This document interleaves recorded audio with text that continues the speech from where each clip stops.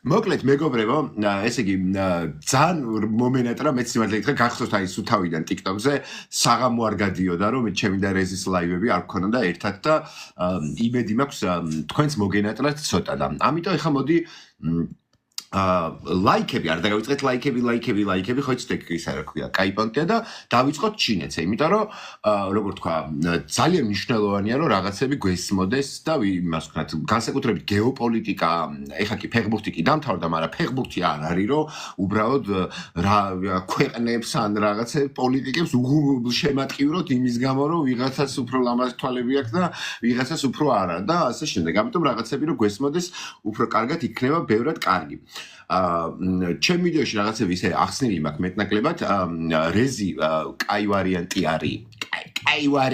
არის იმიტომ რომ ვის არა ქეთან პოლიტეკონომისტი არის განათლებით და კიდევ უფრო ისე რა ქვია კაი ვარიანტი ავაგდეთ რა მოკლედ ჩინეთზე საბასროთ ვილაპარაკოთ ამიტომ ღრმად რომ დავინახოთ რაღაცები მოდი ეხა ამ ლაივ სტრიმს გავაკეთებ როგორც ძალიან ყველაზე მეტად ამ ბევრი ვიდეო გაქვს ძალიან მაგარი გაკეთებული, მაგრამ ჩემი ბოლო დროინდელი საყვარელი ეგ არის. მაგარი ვიდეო. თავის ანუ რო გამოვიყენეს ფრიდმანის მიწაში ჩასადებად. ნახე. უჩი პრადათი რო გავედი ფრიდმანზე რო აი გახვიდო. მაგარ მოკლა მერაბ კოსტავა მილტონ ფრიდმანმა. გახვიდო ეგეთი მოცემულობაა რომ გახვიდო მაგით და გაძლევს. ხო, ესე იგი და მეგობრებო, როგორც გახსოვთ, მე და რეზი ყოველთვის ვცდილობდით, რომ თქვენთვის შემოგვეთავაზებინა ესეთი ძალიან, როგორ თქვა, TikTok-ისთვის ცოტა უცხოდ დახვეწილი ლაივ სტრიმები, სადაც, როგორ თქვა, რასაც ქართულ ტელევიზიაში ვერ ისმენთ ხოლმე, აი ის დათიც მოვიდა შალომ წე. ეს არა ქვია მოკლედ სტრიმები სადაც რაღაც უფრო ისე ღრმად ვისაუბრებთ რაღაცას მოკლედ ესე იგი აღარ არის მგონი მეტილოდინი საჭირო ვინც ვართ აუცილებლად აი ისტერიულად გააგრძელეთ და ლაიქება რა იმიტომ რომ ეგ ხო იცით არის ძალიან მნიშვნელოვანი რომ მე საქმეს მივხედო თავისუფლად გადავიდე რეზისთან საუბრო ეგეთი რაღაცების შეხსენება არ დამჭირდეს თქვენ გახსოვთ რომ 20,000 ლაიქზე ავიყვანოთ ეგ ყველაფერი, ხო? ეხა კიდევ ერთხელ გაგახსენებთ როგორ იყო ხოლმე ჩემი და რეზის სტრიმები. ესე იგი, არის რაღაცა თემები რა, რაზეც თქვათ მე ჩემ ვიდეოებში რეზის თავის ვიდეოებში საუბრობს და უბრალოდ რაღაცა გასაუბრებას ვაკეთებ, სადაც ორივე ერთმანეთის აზრს ვაფიქსირებთ. მაგრამ მე რადგან ბევრჯერ ვაფიქსირებ ამ ჩემ აზრს და კიდევ სტრიმებში ძალიან ხშირად ვაკეთებ ამიტომ უფრო მეტად ჟურნალისტის ამპლუაში ვიქნები, რომ ისე რაღაცა ფართო კითხვებს დავსვამ და სადღაც ჩემ პოზიციებსაც მოგახსენებთ ხოლმე. გამარჯობა რეზი, მოგესალმებით, მადლობა რომ ხართ ჩვენი სტრიმის სტუმარი. აუ, მაგრამ მომენატრებათ. გადავეკეთებთ, მაგრამ კაი, მოკლედ, გავაგრძელოთ. რეზი, მოდი ჩინეთზე საუბარი დავიწყოთ, რითი იცი, რომ ძალიან ბევრმა ადამიანმა, აი ეს ახლა ზოგადად კი გაუგიათ რომ უძველესი კულტურა და ცივილიზაცია და ასე შემდეგ, რამდენიმე 1000 წლეულს ითვლის ჩინეთის ისტორია, ცივილიზაციის ისტორია და პირველი გაერთიანებული ჩინეთი, ერთიანი სტანდარტიზირებული კულტურით, დამწერლობით და ასე შემდეგ, ძველი წელთაღრიცხვით მე-3 საუკუნეა, ანუ ძალიან ადრეულია, ხო? ჰანის დინასტია პირველი გაერთიანებული ჩინეთი. კი ბატონო, რეზი თუ შეიძლება რომ მოკლე რა ისტორიული რაკურსი დაგვანახო, ну არ არის ხა ბრინჯაოს ხანა და ის საჭირო, დაახლოებით აი უნიფიცირებული ჩინეთიდან რომ დავიწყოთ, რაღაცა ყვითელი მდინარის კულტურები და რაღაცების მაგაზე მე მუზეუმში წადით და მუზეუმში დატოვეთ ეგენი. ხოდა, მოკლედ აი ზოგადი წარმოდგენისთვის თუ შეიძლება, ეხლა რაღაცა ისტორია შენ რაღაც გიყვარს ეს რა ქვია, მარტო შენი სპეციფიკით საუბარი, მაგრამ დარწმუნებული ვარ, ანუ რაღაცა მაგ ელემენტარულ ისტორიასთანაც ნაზიარები ხარ და შეძლებს საინტერესო საუბარს. თუ შეიძლება რომ ზოგადი მიმოხილვა სანამ ბრიტანეთი საფრანგეთი მოვიდოდა ჩინეთში მაქამდე რომ აი ეგ ოპიუმის ომებამდე რა ოპიუმის ომებამდე კი ბატონო ოპიუმის ომებამდე მოკლედ ნუ ხა აღარ დავიწყებ იმით რომ ჩინეთი არის ერთ-ერთი ყველაზე ძველი ცივილიზაცია დღევანდელ მსოფლიოში და ეს არის ქვეყანა რომელიც ასე ვთქვათ უწყვეტად არსებობდა 5000 წელი ესეთი ქვეყნა მიშვიათია მათ შორის ვართ ჩვენ სომხეთი ირანი ბერძნები და ასე შემდეგ თითზე ჩამოსაცვლელი 10 ქვეყანა თუ გამოვიდა სოფლიოში მეტი ალბათ არც. ნუ ხა რაც შეეხება ჩინეთს, თვითონ ჰანის დინასტია იყო პირველი გამაერთიანებელი დინასტია, რომელიც არჩიბალმა აღნიშნა და თვითონ ჩინელების ეთნიკურ უმრავლესობას თავიანთ ენაზე ქვიათ ჰან. სწორედაც რომ ამ იმპერიიდან მოდის და ჰანის იმპერია ითვლებოდა რომის თანამედროვე და თანასწორ იმპერიად აღმოსავლეთში. თუ იყო დასავლეთში რომი, მათ შუაში იყო ჯერ პართია, შემდეგ სასანიდების ირანი და შემდეგ მოდიოდა ჰანის იმპერია, რომელიც რომს ეძახდა დასავლეთის ჰანის იმპერიას, ასე ვთქვა, თავის თანასწორად აღიქვავდა დანარჩენს ყველას ბარბაროსებს. და ნუ რომისთვის და ჩვენთვის ჩინეთი იყო, ასე ვთქვათ, მითიური ადგილი, საიდანაც ჩვენ ანუ კავკასიაში, რომის იმპერიაში, ირანში მოვიპოვებდით, ანუ ვიღებდით ვაჭრობით, მაგალითად ფაიფურს ვიღებდით ვაჭრობით, ყველაზე მნიშვნელოვანი რაც არის აბრეშუმი. და აბრეშუმი და ზოგადად აქედან მოდის თვითონ ცნება აბრეშუმის გზაც. აი ამ დროიდან იწყებს სათავეს ასე ვთქვათ, ჩვენი რეგიონის და ზოგადად ახლო აღმოსავლეთის და შემდეგ ევროპის ურთიერთობა ჩინეთთან. ჩინეთის იმპერია ჰანის დროს გაერთიანდა და ჰანის დროს შეიქმნა სახელმწიფო მმართველობის სტილი ჩინეთის, რომელიც სხვათა შორის მიუხედავად დღევანდელი სოციალისტური მოცემულობისა და შემდეგ ამას უფრო მეტად კი, მაგაზე მე გადავალთ. კონფუციანისტური სახელმწიფო მართვის წესრიგისა, რომელიც არის ასე ვთქვათ, დომინანტი ფილოსოფია, ზოგ შემთხვევაში რელიგიის დონეზე წაყვანილი ზოგ ოჯახში, ეს ფილოსოფია, რომელიც პატარა ჩართვას გავაკეთებთ, უშევია მე მაინც როგორც ხელოვნება მუსიკიდან მოსული ადამიანი, კონფუციანიზმი ჩინურ მუსიკაზეც კი ახდენს გავლენას, ტრადიციულზეც და თანამედროვე პოპზეც, აი ეს მთლიანობის ჰოლისტური გაგება კონფუციანიზმის, მაგალითად ჩინურ მუსიკაში არსებობს ეგეთი რაღაცა, რომ მუსიკამ უნდა გამოხატოს მხოლოდ ჰარმონია ადამიანისა და სამყაროს თანაცხოვრების და ძალიან ცოტაა სევდა ტკივილი ან ზედმეტი აჟიტირება. კონფუციანიზმის თვითონ ანუ აი როგორც შენ აღნიშნე, ხა ძალიან კარგად.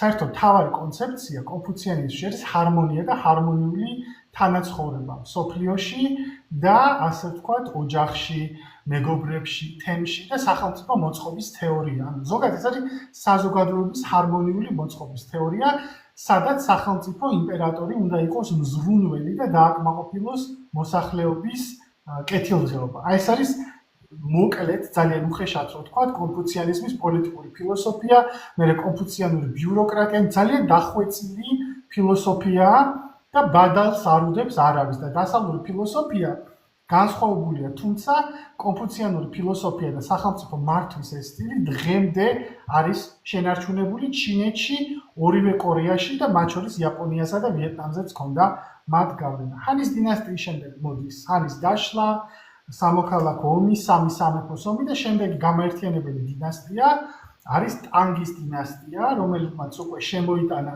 ბუდიზმი და ჩვენთან მოდაში შემოვიდა დასავლეთში და ჩვენთანაც ეგრეთ წოდებული ზენ ბუდიზმი. ზენ ბუდიზმი არის ჩინური ბუდიზმის განხრა, თავიანთი ფილოსოფია შექმნეს ბუდიზმის, ეს იყო მაჰაიანა ბუდიზმი და ტანგის დინასტიამ გააჩერა არაბული ხალიფატის ისლამური ძალები არ შესულიყვნენ მაგალითად თანამედროვე ტარიმის ბასირის ტერიტორიაზე და ტარიმის ტერიტორიაზე. და ტანგის დინასტია იყო ერთ-ერთი ყველაზე, ასე ვთქვათ, ძლიერი დინასტია და ტანგის დინასტიის დროს ჩინეთს ყავდა ერთადერთი ქალი იმპერატორი ლუ ზეციენი, რომელიც ასევე არის ცოტა ხნით ჟოუს დინასტიით მოხსენიებული. ნუ შემდეგ მოდის უკვე, შემდეგი ცნობილი დინასტია არის უკვე სონგის დინასტია და ბუდიზმი ისე ვინაცვლებს და მოდის კონფუციანიზმი, შემდეგ უკვე, რა თქმა უნდა, გამოჩნდნენ ჰორიზონტზე მონღოლები. მაგრამ პრობლემა რა არის? აი როგორც არაბები ამბობენ და არაბი ისტორიკოსები ამბობენ, რომ ჩვენ გარეშეო სპარსებიო და ირანელები ცხოვრობდნენ 1000 წელიო და არასოდეს არ დაჭირებიათ არაბებიო, ხოლო ჩვენო არაბებსო სპარსების გარეშე ერთი დღეც არ შეგვიძლია ცხოვრება, იმიტომ რომ სპარსეთისგან ისწავლეს ადმინისტრირება, სპარსეთისგან ისწავლეს აითვის ეს ძალიან დიდი კულტურა, სახელმწიფო მართვის და ასე შემდეგ და ასე შემდეგ. იგივე მოხდა შემდეგ მონღოლებმა, რომლებმაც დაიწყო ეს ჩინეთი ჩინგის ხანის გარდაცვალების შემდეგ თავარი ყაენი, რომელიც იყო მონღოლეთში, დედაქალაქი გადაიტანა ყარაყორუმიდან ხანბალეკში. ხანბალეკ არის იგივე თანამედროვე პეკინი. და ასე ვთქვათ, ყუბლაი ხანი, რომელიც იყო შვილი თუ არ ვცდები, ჩინგის ხანის, რომელიც იყო სხვა ხანების, ასე ვთქვათ, ზემდგომი, როგორც ჰქონდა ჩაგატაი ხანი, ილხანატი, ოქროს ურდო, რომელიც ჩვენ გვებრძოდა, აქეთ იყო, ესენი ძირითადად იქ ისლამი გახდა ცენტრალური რელიგია, თუმცა ყუბლაი ხანმა შეინარჩუნა ძირითადად ბუდიზმი, ოღონდ მას არ ჰქონდა ჩინური ბუდიზმი, არამედ ტიბეტური ბუდიზმი, ვიჯრაიანა ბუდიზმი. ყუბლაი ხანის დროს მოხდა ეს, რომ ჩინური ბიუროკრატია დაწინაურდა, ჩინური ფილოსოფია დაწინაურდა, არისტოკრატია მონღოლური ტანსაცმელიც კი გაიხადა და ანუ ასე ვთქვათ, გაჩინელება მოხდა. და ყუბლაი ხანმა თავის დინასტიას, როგორც ჩინელები უწოდებენ, სონგის, ჯინის, შინგის და ასე შემდეგ სხვა სახელებს უწოდა იუანის დინასტია.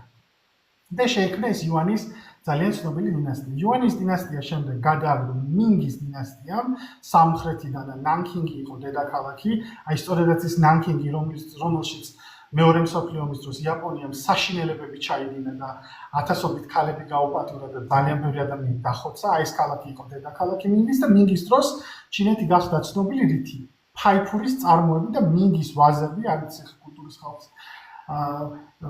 არის ძალიან ცნობილი და ამერიკაში დღემდე გიჟდებიან, რომ მინგის ვაზები ჰქონდათ მაგის მე-15-მე-16 საუკუნის ისტორია.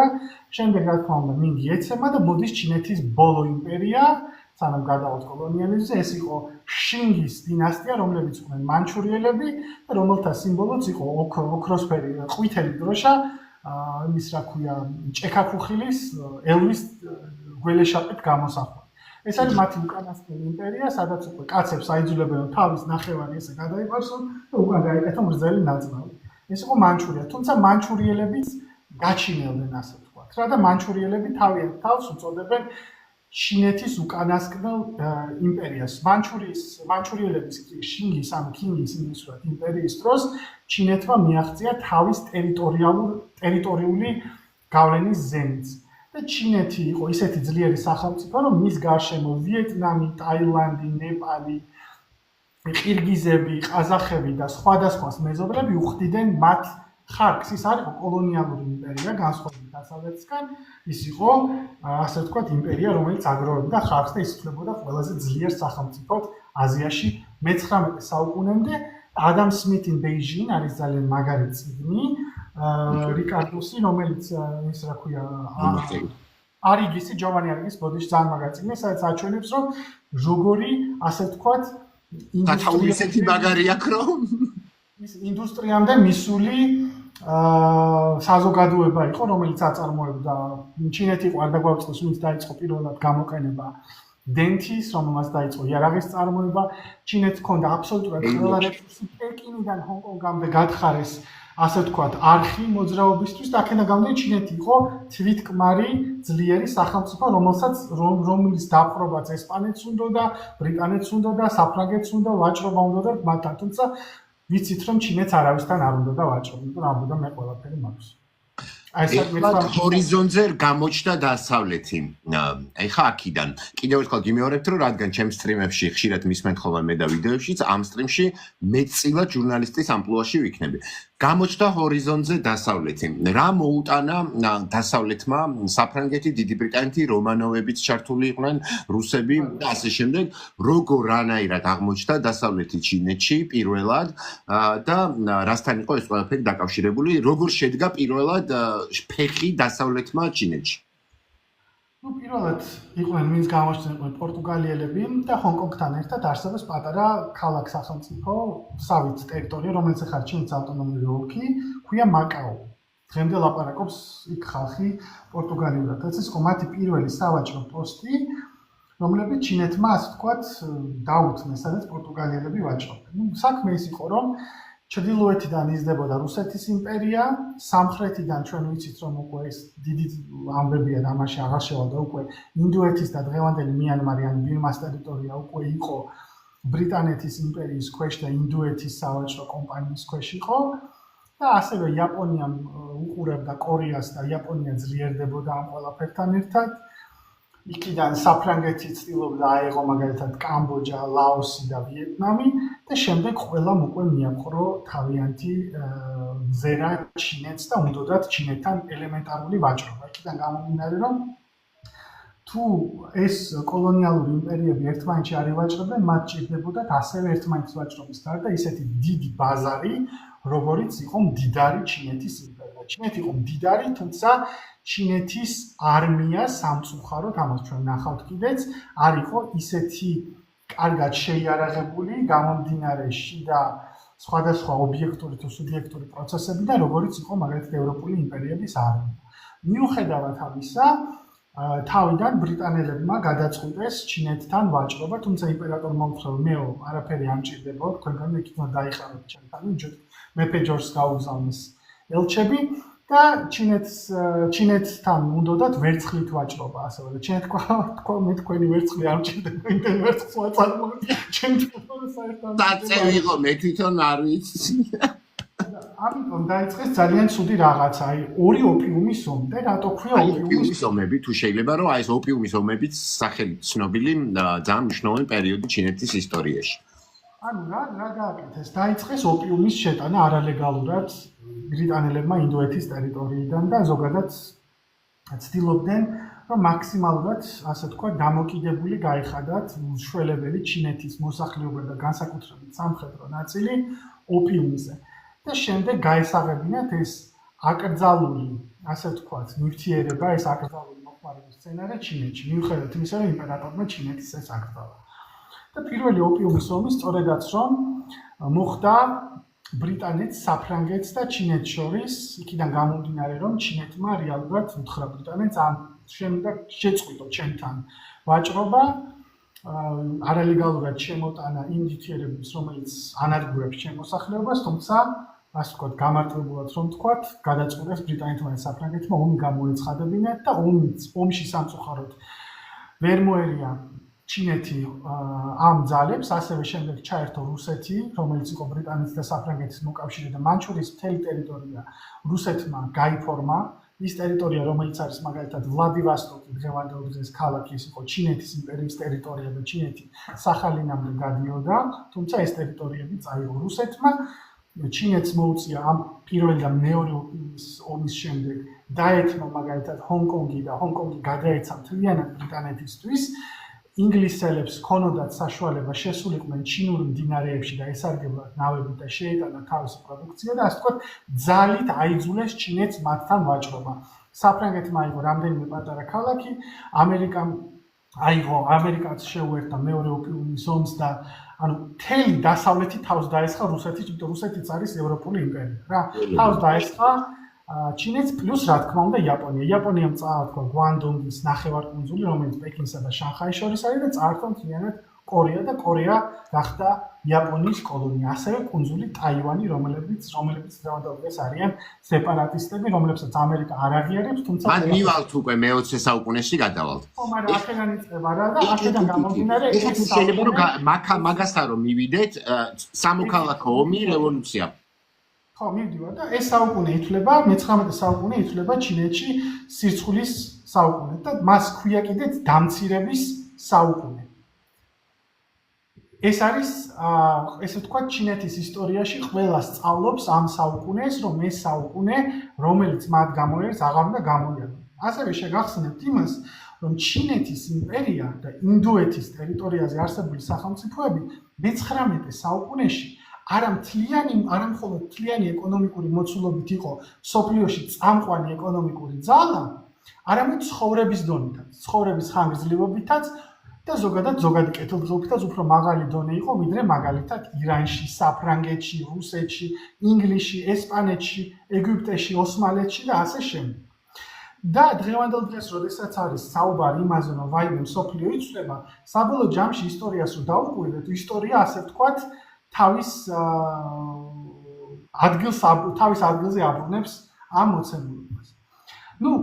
ძალიან ბევრი არეულობა მოყვა, ძალიან ბევრი დამცირება, გაღარიბება მოყვა ჩინეთს, რა თქმა უნდა და მე-20 საუკუნის დასაწყისში ჩინეთი იყო ერთ-ერთი თუ მე-19 საუკუნის დასაწყისში იყო ერთ-ერთი წამყვანი ეკონომიკა, ჩინეთი იყო ერთ-ერთი ასე ვთქვათ, ჩამორჩენილი სახელმწიფო სოციო-ეკონომიკურად და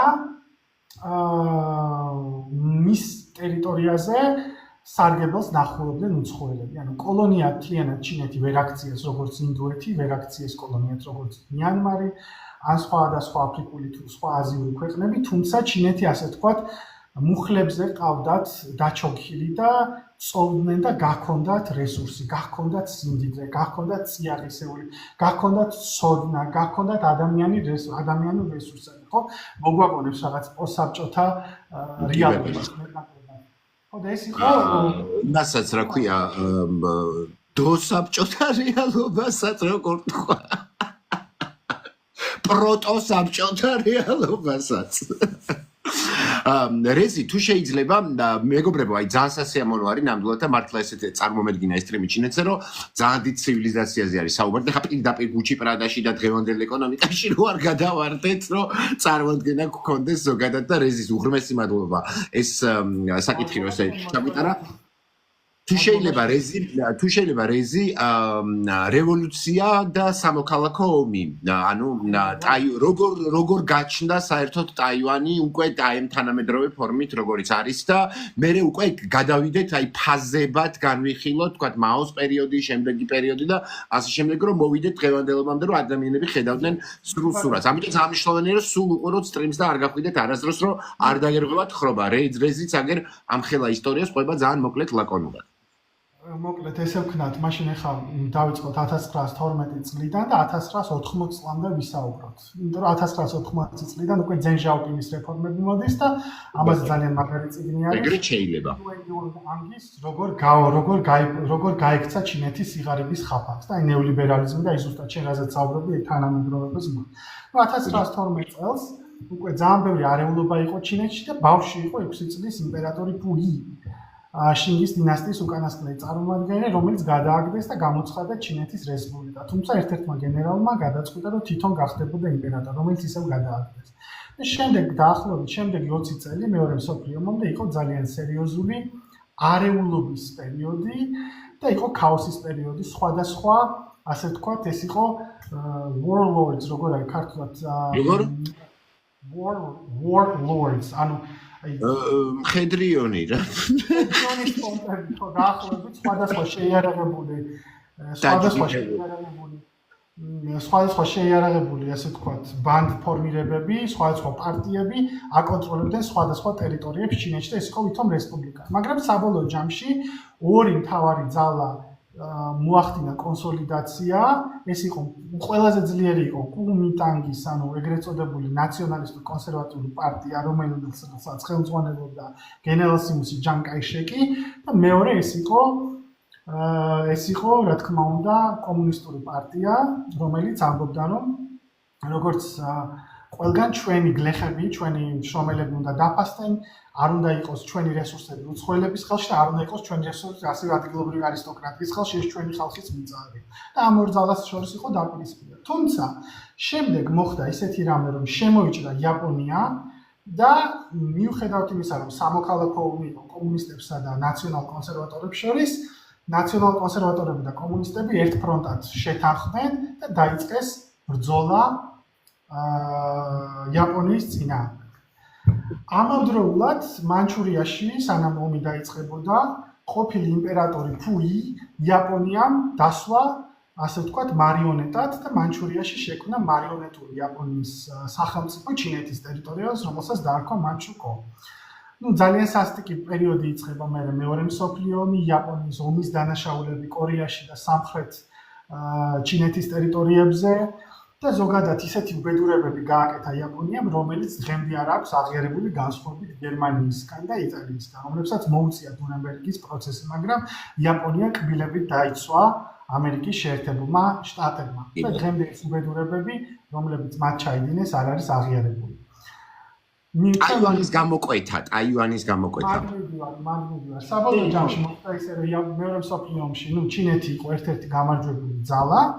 და 1945 წელს ვიცით ომი როგორ დამთავრდა, ფაშისტური ნაცისტური ძალები და იმპერიული იაპონია დაეცა, თუმცა ჩემი პირადი მოსასწრებიდან იაპონია საკმარისად არ დაეცა როგორც დასავლური ძალები. ისე მათი დახმარების გამო. და იგივე იმპერატორი ჰიროჰიტო დარჩა იაპონიის ტახტზე 1989 წლამდე ამერიკის მფარველობის შემდეგ. კი ბატონო. რაც შეეხება 45-49 წლებში ეს სამოქალაქო ომი კომუნისტებსა და კუმინტანგს, ანუ ჯანკაიშეკის ნაციონალ-კონსერვატორ ძალებს შორის ისევ განახლდა. ომის შედეგად ჩინეთში გაიმარჯვეს კომუნისტებმა, იმიტომ რომ კომუნისტებს უფრო დიდი მხარდაჭერა ჰქონდათ გლეხებიდან და შრომელი კლასიდან ჩინეთში. გამომდინარე იქიდან, რომ ასე ვთქვათ, კომუნისტებმა თავგანწირვით იბრძოლეს კონსერვატორ ნაციონალისტებმაც, მაგრამ საბოლოო ჯამში კომუნისტები უფრო დაფასდნენ. რა, ეხლა ამ დეტალებში ვერ შევავდით, რომ ეს ცალკე არა, პროსტა მაგაზე არც არ ლაპარაკი, რომ ოვერვიუს ვაკეთებთ, რომ მოვიდეთ მერე სიძინპინამდეც. საბოლოო ჯამში ჯანკაიშეკი და მისი კონსერვატორ ნაციონალისტური ძალა გაიქცა კუნძულ ტაივანზე. და კუნძულ ტაივანზე თავი გამოაცხადა ჩინეთის რესპუბლიკის პრეზიდენტად. ამასობაში ჩინეთის ტერიტორიის 95-99%-ზე, ეგრეთ წოდებულ კონტინენტურ ჩინეთზე შეიქმნა ჩინეთის სახალხო რესპუბლიკა მაოძედუნის თაოსნობით. და ჩვენ გვაქვს ორი ჩინეთი. გაერთიანებული ერების ორგანიზაციაში ორი ჩინეთის პრობლემა იდგა წესრიგში 1971 წლამდე. იქიდან გამომდინარე, რომ ჩინეთის სეპარატისტები, რომლებიც იყვნენ ჯანკაიშეკი და რომლებიც აკონტროლებდნენ თითქმის ან მილიარდიანი ჩინეთი და 40 მილიონიანი ტაივანი. იბაჭანია. ოფტები აკონტროლებდნენ პატარა ტერიტორიას, ანუ ეს ამერიკული კოგნიტური დისონანსი, რომ თან ვაღიარებ Unified China-ს, თან არა და პრობლემა ის იყო, რომ ამერიკა მანამდე აღიარებდა მხოლოდ კონსერვატიულ ნაციონალისტურ ჩინეთს. იბატონო, ეგრე იყო, მაგრამ 70-იან წლებიდან ხო ეს რა კოგნიტური დისონანსი დაიწყო. ხო და პრობლემა რა ხდება არის იმაში, რომ ხვდებიან, რომ ამ პატარა ნაწილის აღიარებით რეალურად გავლენა არ აქვს, იმიტომ რომ ეს ჩინეთი, რაც აღიარებენ, რეალური მოთამაშე არ არის მსოფლიო ძალას, მსოფლიო მასშტაბით. მაშინ, როდესაც ამერიკა ცდილობს, რომ საბჭოთა კავშირს გაუწიოს კონკურენციას და ხედავს, რომ საბჭოთა კავშირში, როდესაც დაიწყო დესტალინიზაციის პერიოდი და წამოვიდა უფრო მეტად, ასე ვთქვათ, სხვა ნაციონალიზმი და მათ შორის რუსული კონსერვატიზმი უფრო ძლიერი მოდის და ნაკლებად იყო ეს სტალინისტური ინტერნაციონალი და მოხდა სერიოზული დაპირისპირება ხრუშჩოვსა და მაოს შორის, კომუნისტური ბლოკი მსოფლიოში გაიყო ორ ნაწილად. ერთი, რომელშიც მიდიოდა საბჭოთა კავშირი და ვარშავის პაქტი, მეორე, რომელიც იყო ჩინეთი, ალბანეთი და სხვა ქვეყნები, რომლებიც აუხდნენ ხრუშჩოვს და მის უგუნურ პირდაპირ იდიოტურ პოლიტიკას, ხო? საბოლოო ჯამში მაოს ჩინეთი იყო ძალიან ძლიერი ძალა, რომელიც ასევე ებრძოდა ამერიკის შეერთებულ შტატებს, ვიეტნამში და ამერიკის შეერთებული შტატების საბჭოთა კავშირმა ჩინეთმა სასტიკად დაამარცხეს ვიეტნამში, განსხვავებით კორეისგან, სადაც ასე ვთქვათ, ძალთა ბალანსი მოხდა და კორეა ორად გაიყო, ვიეტნამში უკვე 60-იან წლებში ჩინეთმა მოიგო. ამერიკა ნახულობდა, რომ აზიაში, ლაოსში, ვიეტნამში და ასე შემდეგ, მიუხედავად საბჭოთა გავლენისა, მას სჭირდებოდა სხვა ძალა. ამავდროულად მნიშვნელოვანია გავითვალისწინოთ ინდოეთ-პაკისტანის მომენტიც, იმიტომ რომ ეს არის უშველებელი სახელმწიფოები, ერთი ინდუისტური, მეორე მუსლიმური. როდესაც ინდოეთ-პაკისტანის დაპირისპირება დაიწყო, რატომღაც გადაწყვიტეს ამერიკელებმა და ბრიტანელებმა დაეჭირათ მხარი ისლამური დიქტატორისთვის, პაკისტანისთვის, მაშინ როცა ინდუს პრემიერ-მინისტრზე, ქალზე ინდირა განძეზე ჯიჰადი გამოაცხადეს ისლამისტებმა და ამ პერიოდში საბჭოთა კავშირი და ინდოეთი დაახლოვდნენ. და ჩინეთის როლი არის აქ მნიშვნელოვანი, რომ ჩინეთი ინდოეთს ჰქონდათ საზღვრების პრობლემა და ავტომატურად ინდოეთის და საბჭოთა კავშირის ინტერესები დაემთხვა, პაკისტანის ამერიკის ინტერესები დაემთხვა და პაკისტანის ჩინეთის ინტერესები დაემთხვა. აქედან გამომდინარე, პაკისტანი იყო ასე ვთქვათ შუამავალი ჩინეთისა და ამერიკის ინტერესების ნელ-ნელა დაახლოვებაზე ინდოეთისა და საბჭოთა კავშირის წინააღმდეგ. ხო, აქ ჩვენ უფრო მეტად გავდივართ იდეოლოგიური ჩარჩოდან, იმიტომ რომ მაო ამბობდა სულ ყოველთვის ადანაშაულებდა საბჭოთა კავშირის იმაზე, რომ შენ დაიწყე თანაცხოვრება და პერმანენტულ რევოლუციაზე უარს ამბობდა დასავლეთთან თანაცხოვრებ, თუმცა საბოლოო ჯამში გარიგებაში შევიდა ნიქსონთან 1971 წელს და ნელ-ნელა დაიწყეს ურთიერთობა და ნიქსონმა თქვა შენ თუ ასე თქვა თლიანად წამოხვალ ჩემ მხარეს, თლიანად ნაწილობრივ მაინც და არ აყოლის სსრკ-ს ყველაფერში, მაშინ მე გარანტიას გაძლევ, რომ დიდი ხუთეულის ადგილზე, რომელიც ერთ-ერთი არის ჩინეთის, ჯანკაიშეკის ამ ტაივანის კონსერვატიული ჩინეთის რესპუბლიკას მოხსნი და შენ ჩინეთის სახალხო რესპუბლიკას გახდი თავარ ძალად, რომელიც ჩინეთის კამზე დაждდება. არ დაგვაწყოს, გაეროში არის 5 გაეროს უსაფრთხოების საბჭოში არის 5 საბჭოში. რომელსაც აქვს ვეტოს უფლება, ეს არის საბჭოთა კავშირი, რომელიც რუსეთით შეიცვალა, ბრიტანეთი, საფრანგეთი, ჯუჯას სახელმწიფოები, ამერიკის შეერთებული შტატები და მეხუთე იყო ჩინეთი, ანუ გამარჯვებული ძალები. და სამწუხაროდ ისე დიდი ქვეყნები, როგორც ეს ინდონეზია, ინდოეთი, ბრაზილია არ არის საერთოდ წარმოჩენილი, ნიგერია, ხო? დღევანდელ ეს ცალკე თემა. მაოს დროს რაც ხდება არის ის, რომ მაოს დროს გატარდა ძალიან ბევრი რეფორმა, როგორც იყო ცენტრალური, ეს ხერ გადავალში. აი ამაზე მინდა ეხლა რომ ტალღებად აჩვენო 80-იან წლამდე, აი ეს კულტურული რევოლუცია რა თავის პლუსებით, მინუსებით და როგორ მოვედით ამ ნეოლიბერალისტთან კორასთან და მე ტიანმენის მოვლენებზე ცალკე შემოვალ კითხვით გარბაჩოვთან პარალელებით და ასე შემდეგ. ამიტომ აი ტალღებად რო აჩვენოთ თუ შეიძლება რეფორმების ტალღა და პოლიტეკონომიური რაღაცა ეტაპები რაც გაიარა ჩინეთმა. თავის ბეღურების ხოცვებზე მოუყვეთ ორი სიტყვა სულ აი ბეღურები რო დაგლიჯეს.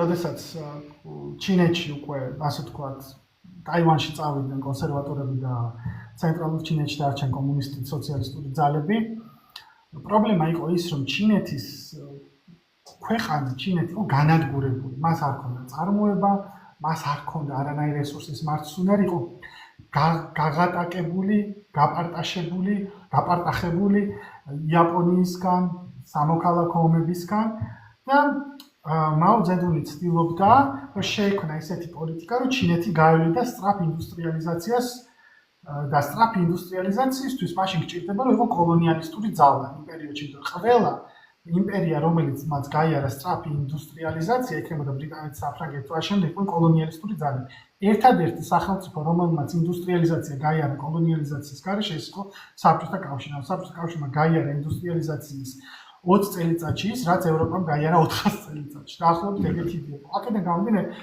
მაო ცდილობდა ძალიან ბევრი ესწავლა იოსებ სტალინისგან. და მათ შორის იყო გაცვლა მეცნიერების, სწავლა როგორ განავითაროს ეს ქარხანა, ფაბრიკები და ასე შემდეგ და ასე შემდეგ. თან მაო იყო ძალიან კაცრად, როგორც მაშინდელი ბოლშევიკები, იყო ძალიან ანტიკონსერვატორი, მაგრამ ასევე ანტილიბერალი. დღევანდელ დღეს როდესაც ვამბობ ანტიკონსერვატორს არ ნიშნავს პროლიბერალს, ხო?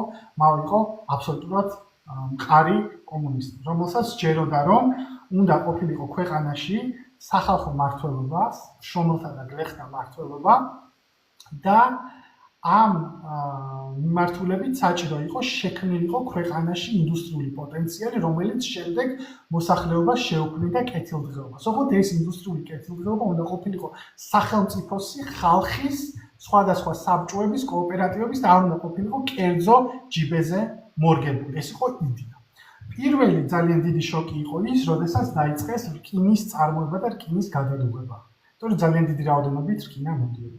ამ ყველაფერს შემდეგ მოხდა, ასე ვთქვათ, ჩინეთის მართლა ნელ-ნელა განვითარების ხილვა და ჩვენ ნახეთ, რომ აბსოლუტურად სოფლის მეურნეობაზე დამოკიდებული უღარიბესი ჩინეთმა დაიწყო ნელ-ნელა ბირთვული იარაღისკენ ნაბიჯების გადადგმა. თუმცა ეს კიდე ცალკე მოვლენაა, მაგრამ დაიწყეს ელემენტარულად სახლების აშენება. შრომელებისთვის სახლების მსმენელისთვის ვიტყვი მოკლედ გასაგებად თუ შეიძლება რომ ანუ მაოდან დღემდე ანუ დასაწყისად თუ ავიღებ ჩინეთის სახალხო რესპუბლიკა მაოს პირველ პერიოდს უნდა გაითვალისწინო მაქამდე რომ ანუ ამხელა უზარმაზარი ცივილიზაცია იყო უდიდესი ანუ რაღაცა თითქმის 2 საუკუნეზე გადაჭიმული კოლონიზაციის მსხვერპლი სასტი ანუ სრული განუვითარებლობის მოდელი ისედაც ხა ზოგადად როგორ თქვა ფეოდალური სამყაროში ხა არც საფრანგეთში ყვაოდა გლეხობა და მუშახელი და ზუსტად იგივე პრობლემები იყო რავი მე-19 საუკუნის იმპერიალისტურ ბრიტანეთის მუშათა კლასშიც ხო ამიტომ შესაბამისად ჩინეთის სახალხო რესპუბლიკის სასტარტო პირობები და მაგალითად საფრანგეთის სასტარტო პირობები მე-20 საუკუნეში ან ბრიტანეთის მე-20 საუკუნეში არის რადიკალურად სხვა რადიკალურად ანუ ბევრად უფრო ცუდი მდგომარეობაა ჩინეთში შესაბამისად რეზი რასაც ყვება რომ გვესმოდეს ეს რაზე არის საუბარი რომ ამ ხელა უზარმაზარი პრობლემა კი ძალიან დიდი ცივილიზაცია ძალიან დიდი მიღწევებით მაგრამ ფეოდალური სამყაროს ბოლო საუკუნეები მე-18 საუკუნე მე-19 საუკუნე ჩინეთი თავად იყო კოლონია რომელიც ძალიან ცუდ დღეში იყო და ეს არის ის პერიოდი სამყაროში, როცა რავი, ამ დროს ბრიტანეთის იმპერია ზენიტშია, მაგრამ ბრიტანეთის მოსახლეობის აბსოლუტური უმრავლესობა კატორღაში ცხოვრობს და ომეგა-3 რო არის, ხო იცით ახლა გავრცელებული არის თვალისთვის კარგია თუ რაღაცა, ეგ არის რეალურად გამოგონილი არის ევროპაში ინდუსტრიული ჯუნგლებისთვის, იმის გამო რომ ნორვეგიაში, ბრიტანეთში, დანიაში, ჰოლანდიაში, სხვაგან მთელ ინდუსტრიულ უბნებში, ანუ მუშათა კლასი სადაც ცხოვრობდა, იბადებოდა თაობები, ბავშვები, რომლებიც მზეს ვერ ნახულობდნენ საკმარისად, ისეთ საშინელ ჯურმულებში იბადებოდნენ და მათთვის გამოიგონეს ძვლების დაავადების შესამცირებლად. ამიტომ ეხლა პატარა ჩართვა გავაკეთე, რომ მსმენელს ესმოდეს, რომ ჩინეთის ასტარტო პოზიცია მე-20 საუკუნეში და დასავლეთ ევროპის იმპერიები სხვა არის, თუმცა იქაც, როგორც ვთქვა, მოსახლეობის აბსოლუტური უმრავლესობა იქაც კატორღაში იყო. შემდეგ მნიშვნელოვანი ნაწილი ეს არის დიდი ნახტომი წინ, რომელიც ერქვა მაოს პერიოდს კულტურულ რევოლუციამდე, როდესაც დაიწყო მასიური კოლექტივიზაცია და ძალიან ბევრი, ასე ვთქვათ, მიწების და სოფლის მეურნეობის ინდუსტრიის განვითარება. ამას მოჰყვა მათ შორის იყო რაღაც პრობლემები სოციალური შედეგად, იმიტომ რომ სულ გადაწყობა ხდებოდა კოლექტივიზაცია, მოხდა ახალი კოლექტივიზაცია არ მოხდა 50 წლებში დაიწყო ეს, რაც საბჭოთა კავშირში 20-იან წლებში გაიარეს ეს რეკორდი, ხო?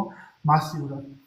და ამ პერიოდში ასევე იყო შიმშილის პერიოდიც ჩინეთში, არ უნდა გამოვტოვოთ ეს, თუმცა ეს ჩინეთმა გადალახა. შემდეგ დაიწყო შედარებით სტაბილიზაციის პერიოდი, ეს იყო 60-იან წლებში, ეკონომიკური, სოციალური სტაბილიზაციის პერიოდი, თუმცა მაო ნაკლებად ერთვებოდა პირდაპირ გადაწყვეტილების მიღებაში და უფრო მეტად ეგრეთ წოდებული კონფუციანისტური თვითონ არ აღიარებდა ამას, მაგრამ ჩინელები ამბობენ, რომ კონფუციანისტური მზრუნველი მამის როლი ჰქონდა, რომელიც პირდაპირ არ ერეოდა ხოლმე და ძირითადად ეს ყველაფერი მინდობილი იყო პოლიტბიუროზე, პარტიის პოლიტბიუროზე.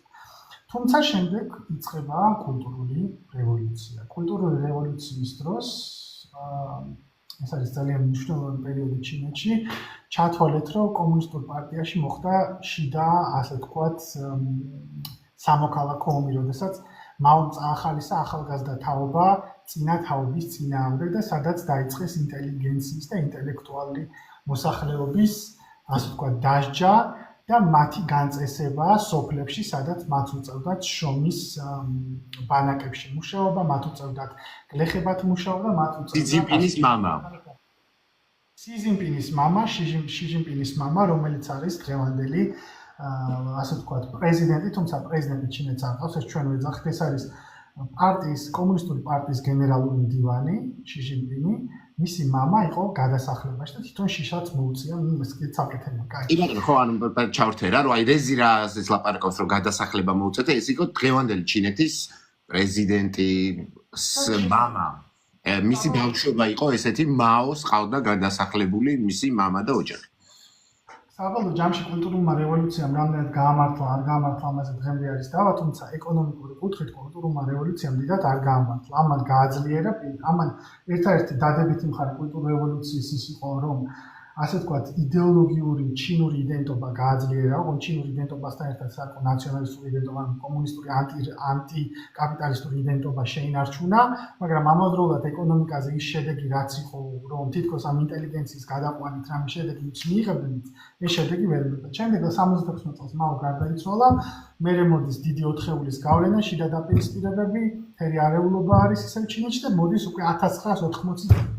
აი ეხლა მაგაზე დავიწყე. ხო, ნეოლიბერალიზმი, როგორ დაიწყეს ნეოლიბერალიზმის გამოყენება, გლობალური ნეოლიბერალიზმის. მე მაგას რეზი, აი სანამ გადახვალ ხა მაგაზე, ცოტა ამოისუნთქე კიდევაც და რაღაც შეკითხვა, აი ესეთი შეკითხვით გადმოვალ 80-იანებზე რა.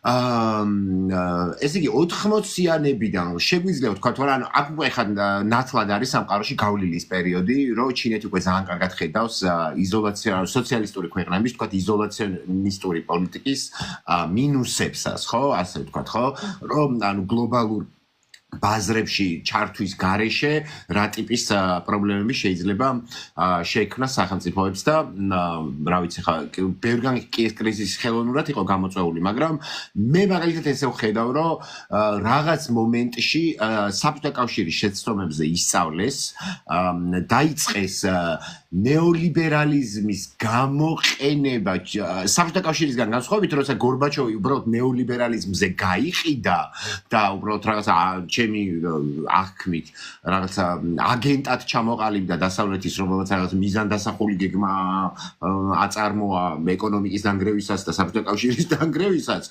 ჩინეთმა ნეოლიბერალიზმი პირიქით გამოიყენა მორიგი ეკონომიკური ბუმისთვის, ხო?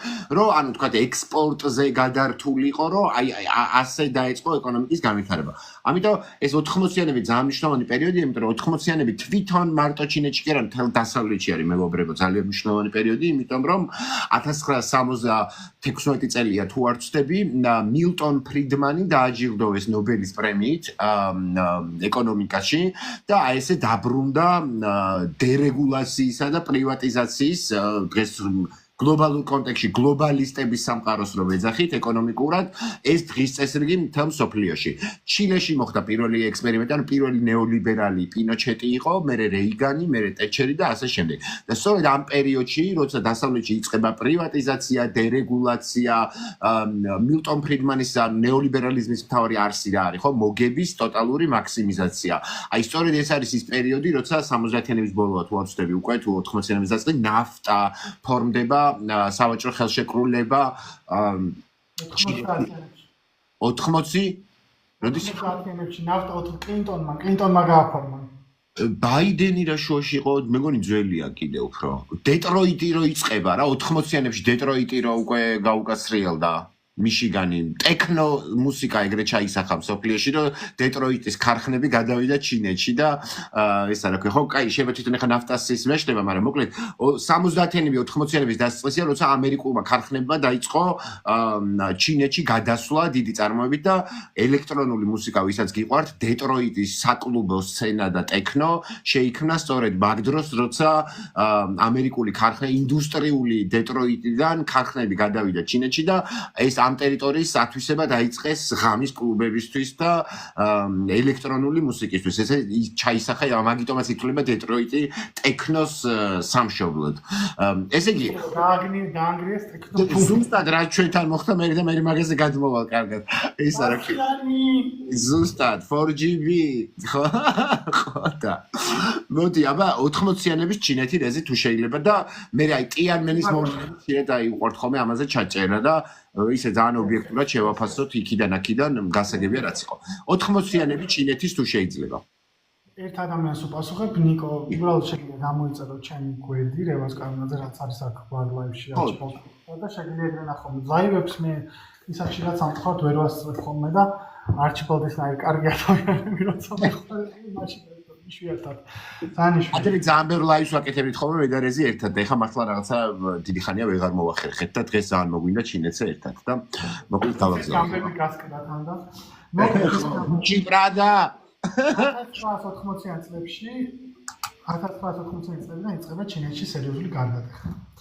ანუ რა არის? მოკლედ სამი რიცხვს ახლა ახსნა. 1900 და შევადაროთ და ახსნათ როგორ მივედით აქ.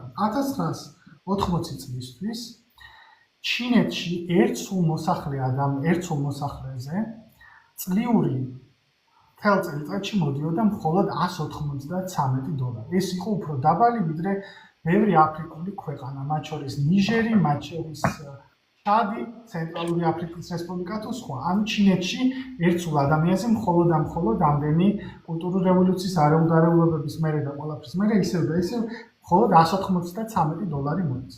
2012 წლისთვის უკვე $6000-ზე ავიდა ეს რიცხვი. დაახლოებით ანუ 32 წელიწადში მოხდა $6000-იანი ზრდა.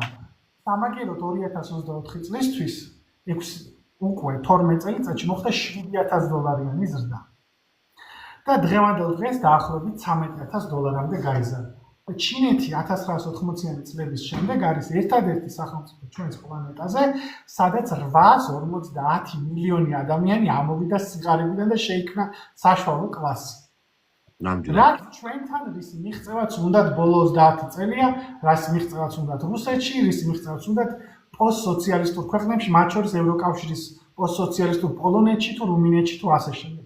ეს ჯერჯერობით როგორც ჩინეთის ფინანსთა სამინისტროს წარმომადგენელი იძახის ამერიკაზე, რომ 500 წელია ჩინეთი არსებობს, most of the time ამერიკა საერთოდ არ არსებობდა ამ დროსო და დაარსებიდან დღემდეც კი ვერ შეძლო ამერიკის შეერთებულმა შტატებმა, რომ მაგდენი რაოდენობა ადამიანების გამოიყვანა სიღარიბიდან. კი შექმნა ძლიერი საშუალო კლასი, მაგრამ მაგ მასშტაბებს ვერ მიაღწია. ეხლა ახსნი ანუ მთელ პარადიგმას, ამას ძალიან ეს რაღაც მომენტებში როიცოდე ერთ რაღაცას გეტყვით ხო, კამერას ვთიშავ ხოლმე, იმიტომ რომ ხო იცი სიგარეტის ჰევი მწეველი ვარ, რომ არ დამაჯარიმოს, იმადა აქ ვარ რა, პროსტა კამერას გავთიშავ ხოლმე 2 წუთით. გასაგები. ანუ მოკლედ ესეთი ამბავი არის რა. რომ განსხვავებით ბევრი ქვეყნისგან ჩინეთმა გადაწყვიტა როგორ განვითარდეს და ძალიან კარგი წიგნი კიდევ ერთხელ აღნიშნავ UN ანგლის როგორ გაიქცა ჩინეთი სიღარიბის ხალხად. ანუ ჩინეთმა გააკეთა ყველაფერი ის, რასაც იმის საწინააღმდეგო, რასაც ჩვენ გვეუბნება, აგვეკეთები, რასაც ჩვენ გვავალებს მსოფლიო ბანკი, საერთაშორისო სავალუტო ფონდი. იმ პირობებს, რასაც ჩვენ გვიყენებენ, რომ მაქსიმალური დერეგულირება, ჯერ კარგი მართლობა და კარგი მართლობა მოიტანს შემდეგ იმას რა ქვია ეკონომიკურ ზრდას, ეს ტყუილია. ჩინეთში არ იყო, ანუ ეს პარადიგმა, ორი პარადიგმა არის ძალიან არასწორი. კარგი მართლობა. როგორ უნდა შექმნა კარგი მართლობა, როდესაც შენ არ გყავს ძლიერი ბიუროკრატები, ძლიერი სახელმწიფო მოღვაწეები, რასაც უკვე ფული ჭირდება და რასაც გამოცდილება ჭირდება. ან როგორ უნდა გქონდეს ჯერ ეკონომიკური ზრდა და შემდეგ კარგი მართლობა, როცა კარგი ბიუროკრატები არ გყავს, ხო? თავიდან ბოლომდე ეს შეპირისპირება, რასაც დასავლეთი ასე ზოგადად ნეოლიბერალისტთან ერთად უყენებს ხოლმე ჩვენაირ პოსტსოციალისტურ ქვეყნებს, ან ღარიბ განვითარებად ყოფილ კოლონიებს, როგორც ჩილე, არგენტინა, ან აფრიკული ქვეყნები, ან აზიური ქვეყნები, ეს არ მუშაობს. იმუშავა იმან, რაც გააკეთა ჩინეთმა. ჩინეთმა გააკეთა კოევოლუცია. ანუ რას ნიშნავს კოევოლუცია? ჩინეთი აკეთებდა შემდეგს, რომ თანდათან სწავლობდა შეცდომებზე, თან კორუფციაც იყო, არ იყო ეს რომ ვაიმე კორუფციას უნდა ვებრძოლოთ და ყველაფერი კარგად არ იყო ეს. ნელ-ნელა დაიწყო ბაზარზე, ჯერ დაიწყო სანაპირო რეგიონების განვითარება, რა გახსნა და ნებისმიერ სახელმწიფო მოღვაწეს, პატარა ბიუროკრატიდან დაწყებული რეგიონალური ბიუროკრატიით დამთავრებული იქნებოდა მაგალითად კულტურის სფეროში, მერიაში მომუშავე თვალ შემდეგ, უნდა მოეზიდა ინვესტიცია. ჩინელებს ყავთ ძალიან დიდი დიასპორა და გამოიყენეს ასევე დიასპორა, რომლებმაც ეუბნებოდნენ მოვიზიდოთ ინვესტიცია. მაგრამ ინვესტიციების მოზიდვა არ ნიშნავდა ბაზრის სრულ ლიბერალიზაციას, არ ნიშნავდა სახელმწიფოში იგივენაირი იდიოტური რეფორმების გატარებას, რამაც გამოიწვია СССР-ის მთელი დანგრევა და ის ჰუმანიტარული და სოციალური და ეკონომიკური კატასტროფა, რომელიდანაც სამწუხაროდ დღემდე ვერ პერესტროიკის სახელით ცნობილი. ბატონო, ჩინეთის საბოლოო ჯამში მიუხედავად იმისა, რომ დაიწყეს ნელ-ნელა ასე ვთქვათ, მოზიდვა ინვესტიციების როგორც ადგილობრივ, ისე საერთაშორისო, რაც შეიქმნა ეგრეთ წოდებული ჯერ სანაპირო ზონებში, თავისუფალი სავაჭრო ზონები და ასე შემდეგ და ასე შემდეგ დაიწყო წვრილმანი რაღაცეების წარმოება ჩინეთში, რაც ძალიან იაფი უჯდებოდა დასავლეთის იმპერიებს და მე მიმზიდველი გახადა ჩინეთი. მაგრამ ჩინეთი ამბობდა, რომ ეს არ არის ჩემი ასე თქვა თვითმიზანი, მე არ ვარ ბანგლადეში, რომელიც მუდმივად შემდეგ დარჩა იაფი მუშახელის წარმოება ქვეყანას და რომელიც მაგალითად ასაცვლის გარდა არაფერს არ ტექსტილის გარდა ვერაფერს არ აქვს. ერთ პატარა რაღაცას ჩავამატებ, თუ შეიძლება რეზი რასაც ლაპარაკობს, ამის პარალელურად იმედია რეზის დამეთანხმება, ამის პარალელურად ჩინეთში ხდება, ანუ დასავლური კაპიტალის შესვლასთან ერთად, რომლის утилизაციას აკეთებს ჩინეთი და პერესტროიკის მსგავსად მორგებული არ არის უბრალოდ რაღაც საკუთარი ქვეყნის განადგურებაზე, დასავლეთმა მოითხოვა, ხო შეიძლება ეს ძალიან ნაცნობი სიტუაცია არის ჩვენთვის, 70-იანების ბოლო და 80-იანებში ჩინურ აკადემიაში, სახელოვნებო სფეროებში და ასე შემდეგ ჩნდება ეს გარბაჩოვმა რაც შემოიტანა საბჭოთა კავშირში ეს თავისუფლების კონცეფცია, პროდემოკრატი კულტურული ელიტა, რომელიც მეტწილად ფინანსდებოდა ამერიკის შეერთებული შტატებისგან, ანუ რაღაც აი NGO სექტორი რო წარმოიდგინო, კულტურაშიც, მეცნიერებაშიც და ასე შემდეგ, რომელსაც მე ტიანანმენის მოვლენებთან გავხსნით მაგ კვანტს რა როლი ითამაშა მან. მან ვარ საბოლოო ჯამში რა მოხდა რა რომ ანუ ჩინეთი უწევდა წინააღმდეგობას, იმიტომ რომ ამერიკა ცდილობდა ზუსტად საერთაშორისო კაპიტალის შემოდინებასთან ერთად შემოეტანა თავისი პირადი გავლენები თვითონ დემოკრატიის სახელი. და რაც მოხდა საბოლოოდ ტიანანმენში, ვითომ რაღაც სტუდენტების რაღაცა ნაწილი გამოვიდა და შემდეგ ამ სტუდენტებს მოუწია დაპირისპირება სახელმწიფოს და სახელმწიფომ თქვა რომ არ გაგატანინებთო. და მოხდა ის რაც მოხდა. გადაუარეს ამ სტუდენტებს და 1000-ჯერ უარესი მომხდარა და დღევანდელ დღეს ლიბერალებს უყვართ ვაიმე ჩინეთში ეს რა მოხდა 1000-ჯერ უარესი ხდება ყოველდღიურად ამერიკის შეერთებულ შტატებში დღევანდელ დღესაც. 16-17-18 წლის ეკოაქტივისტები ჩახოძეს ჯორჯიაში პოლიციელებმა 2022 წელს ამაზე საქართველოში არ ლაპარაკობენ. კი ბატონო, რეზი თუ შეიძლება მაგ ნაწილს მოკლედ გავილი, რომ უფრო გასაგები იყოს მაყურებელს. მოკლედ ეს იგი მეგობრებო რა მოხდა. 80-იანი წლების დასაწყისიდან დასავლური კაპიტალის მიღებასთან ერთად ჩინეთი დათანხმდა, რომ ამას მოყოლოდა, ანუ გაეხსნა სივრცე ჩინეთის ტერიტორიაზე მეტნაკლებად აი ამ პროდემოკრატიული მოვლენებისთვის. ეგეთი არტისტებისთვის, აი ძალიან დიდი ცნობილი თქვა ჩინელი არტისტები, ვინც არის, ვინც იცით აი ვეი და სხვები, ესენი ყველანი არიან ჩინეთის პერესტროიკაში ჩასახული ხალხი, ანუ აი პროდემოკრატია, აქტივისტები, არტისტები და მეცნიერები. პარალელურად ჩინეთი უყურებს საბჭოთა კავშირში პერესტროიკას და უყურებს, რომ აი ესე ვთქვათ პირდაპირ, რომ გარბაჩოვი გაიყიდა დასავლეთზე და მთელი ეს რესურსი, ანუ ეს დემოკრატიული რეფორმები, რომელიც გატარდა პერესტროიკის მეშვეობით საბჭოთა კავშირში, დაახლოებით იგივე პროცესი მიმდინარეობდა ჩინეთშიც, მაგრამ უკვე აღიქვამს ამას საფრთხეთ, იმიტომ რომ ხვდება, რომ ეს არის კულტურული ბომბი, რომელიც შეგდებულია დასავლეთის მიერ. შესაბამისად, ბოდიში დავასრულებ, თუ შეიძლება და ჩემი სწორედ ვინდა საბჭოთა კავშირის დანგრევას და უკვე აი საბჭოთა კავშირის ბოლოს ზუსტად იგივე ტალღა მოყვა იგივე კულტურული ელიტისგან ჩინეთში, რომელიც რაღაც აი ეკოსავით გავრცელდა ჩინეთში, რომ აი თუ საბჭოთა კავშირი ხა უნდა დაინგრეს, თუ იქ რაღაცა ლიბერალიზაციისკენ მიდის საქმე, ჩვენთანაც იგივე უნდა მოხდეს. დაიწყო ძალიან დიდი გამოსვლები, რომელსაც ზუსტადად სათავეში ედგა ეს დასავლეთიდან დაფინანსებული კულტურული ელიტა,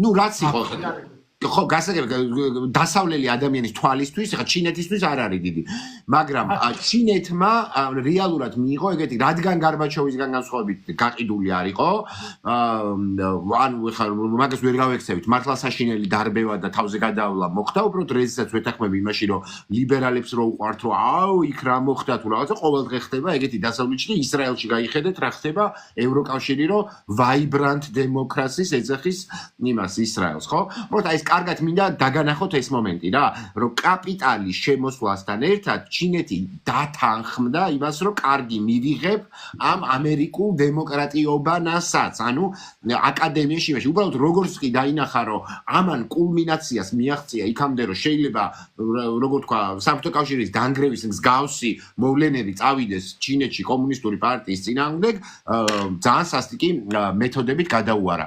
აქედან უკვე აი ხა უკვე 90-იანებზე რომ გადავიდეთ, რეზე კითხვასავით შემოგიბრუნებ, მანდ რო არ ვიბუქსავთ ერთ ადგილზე.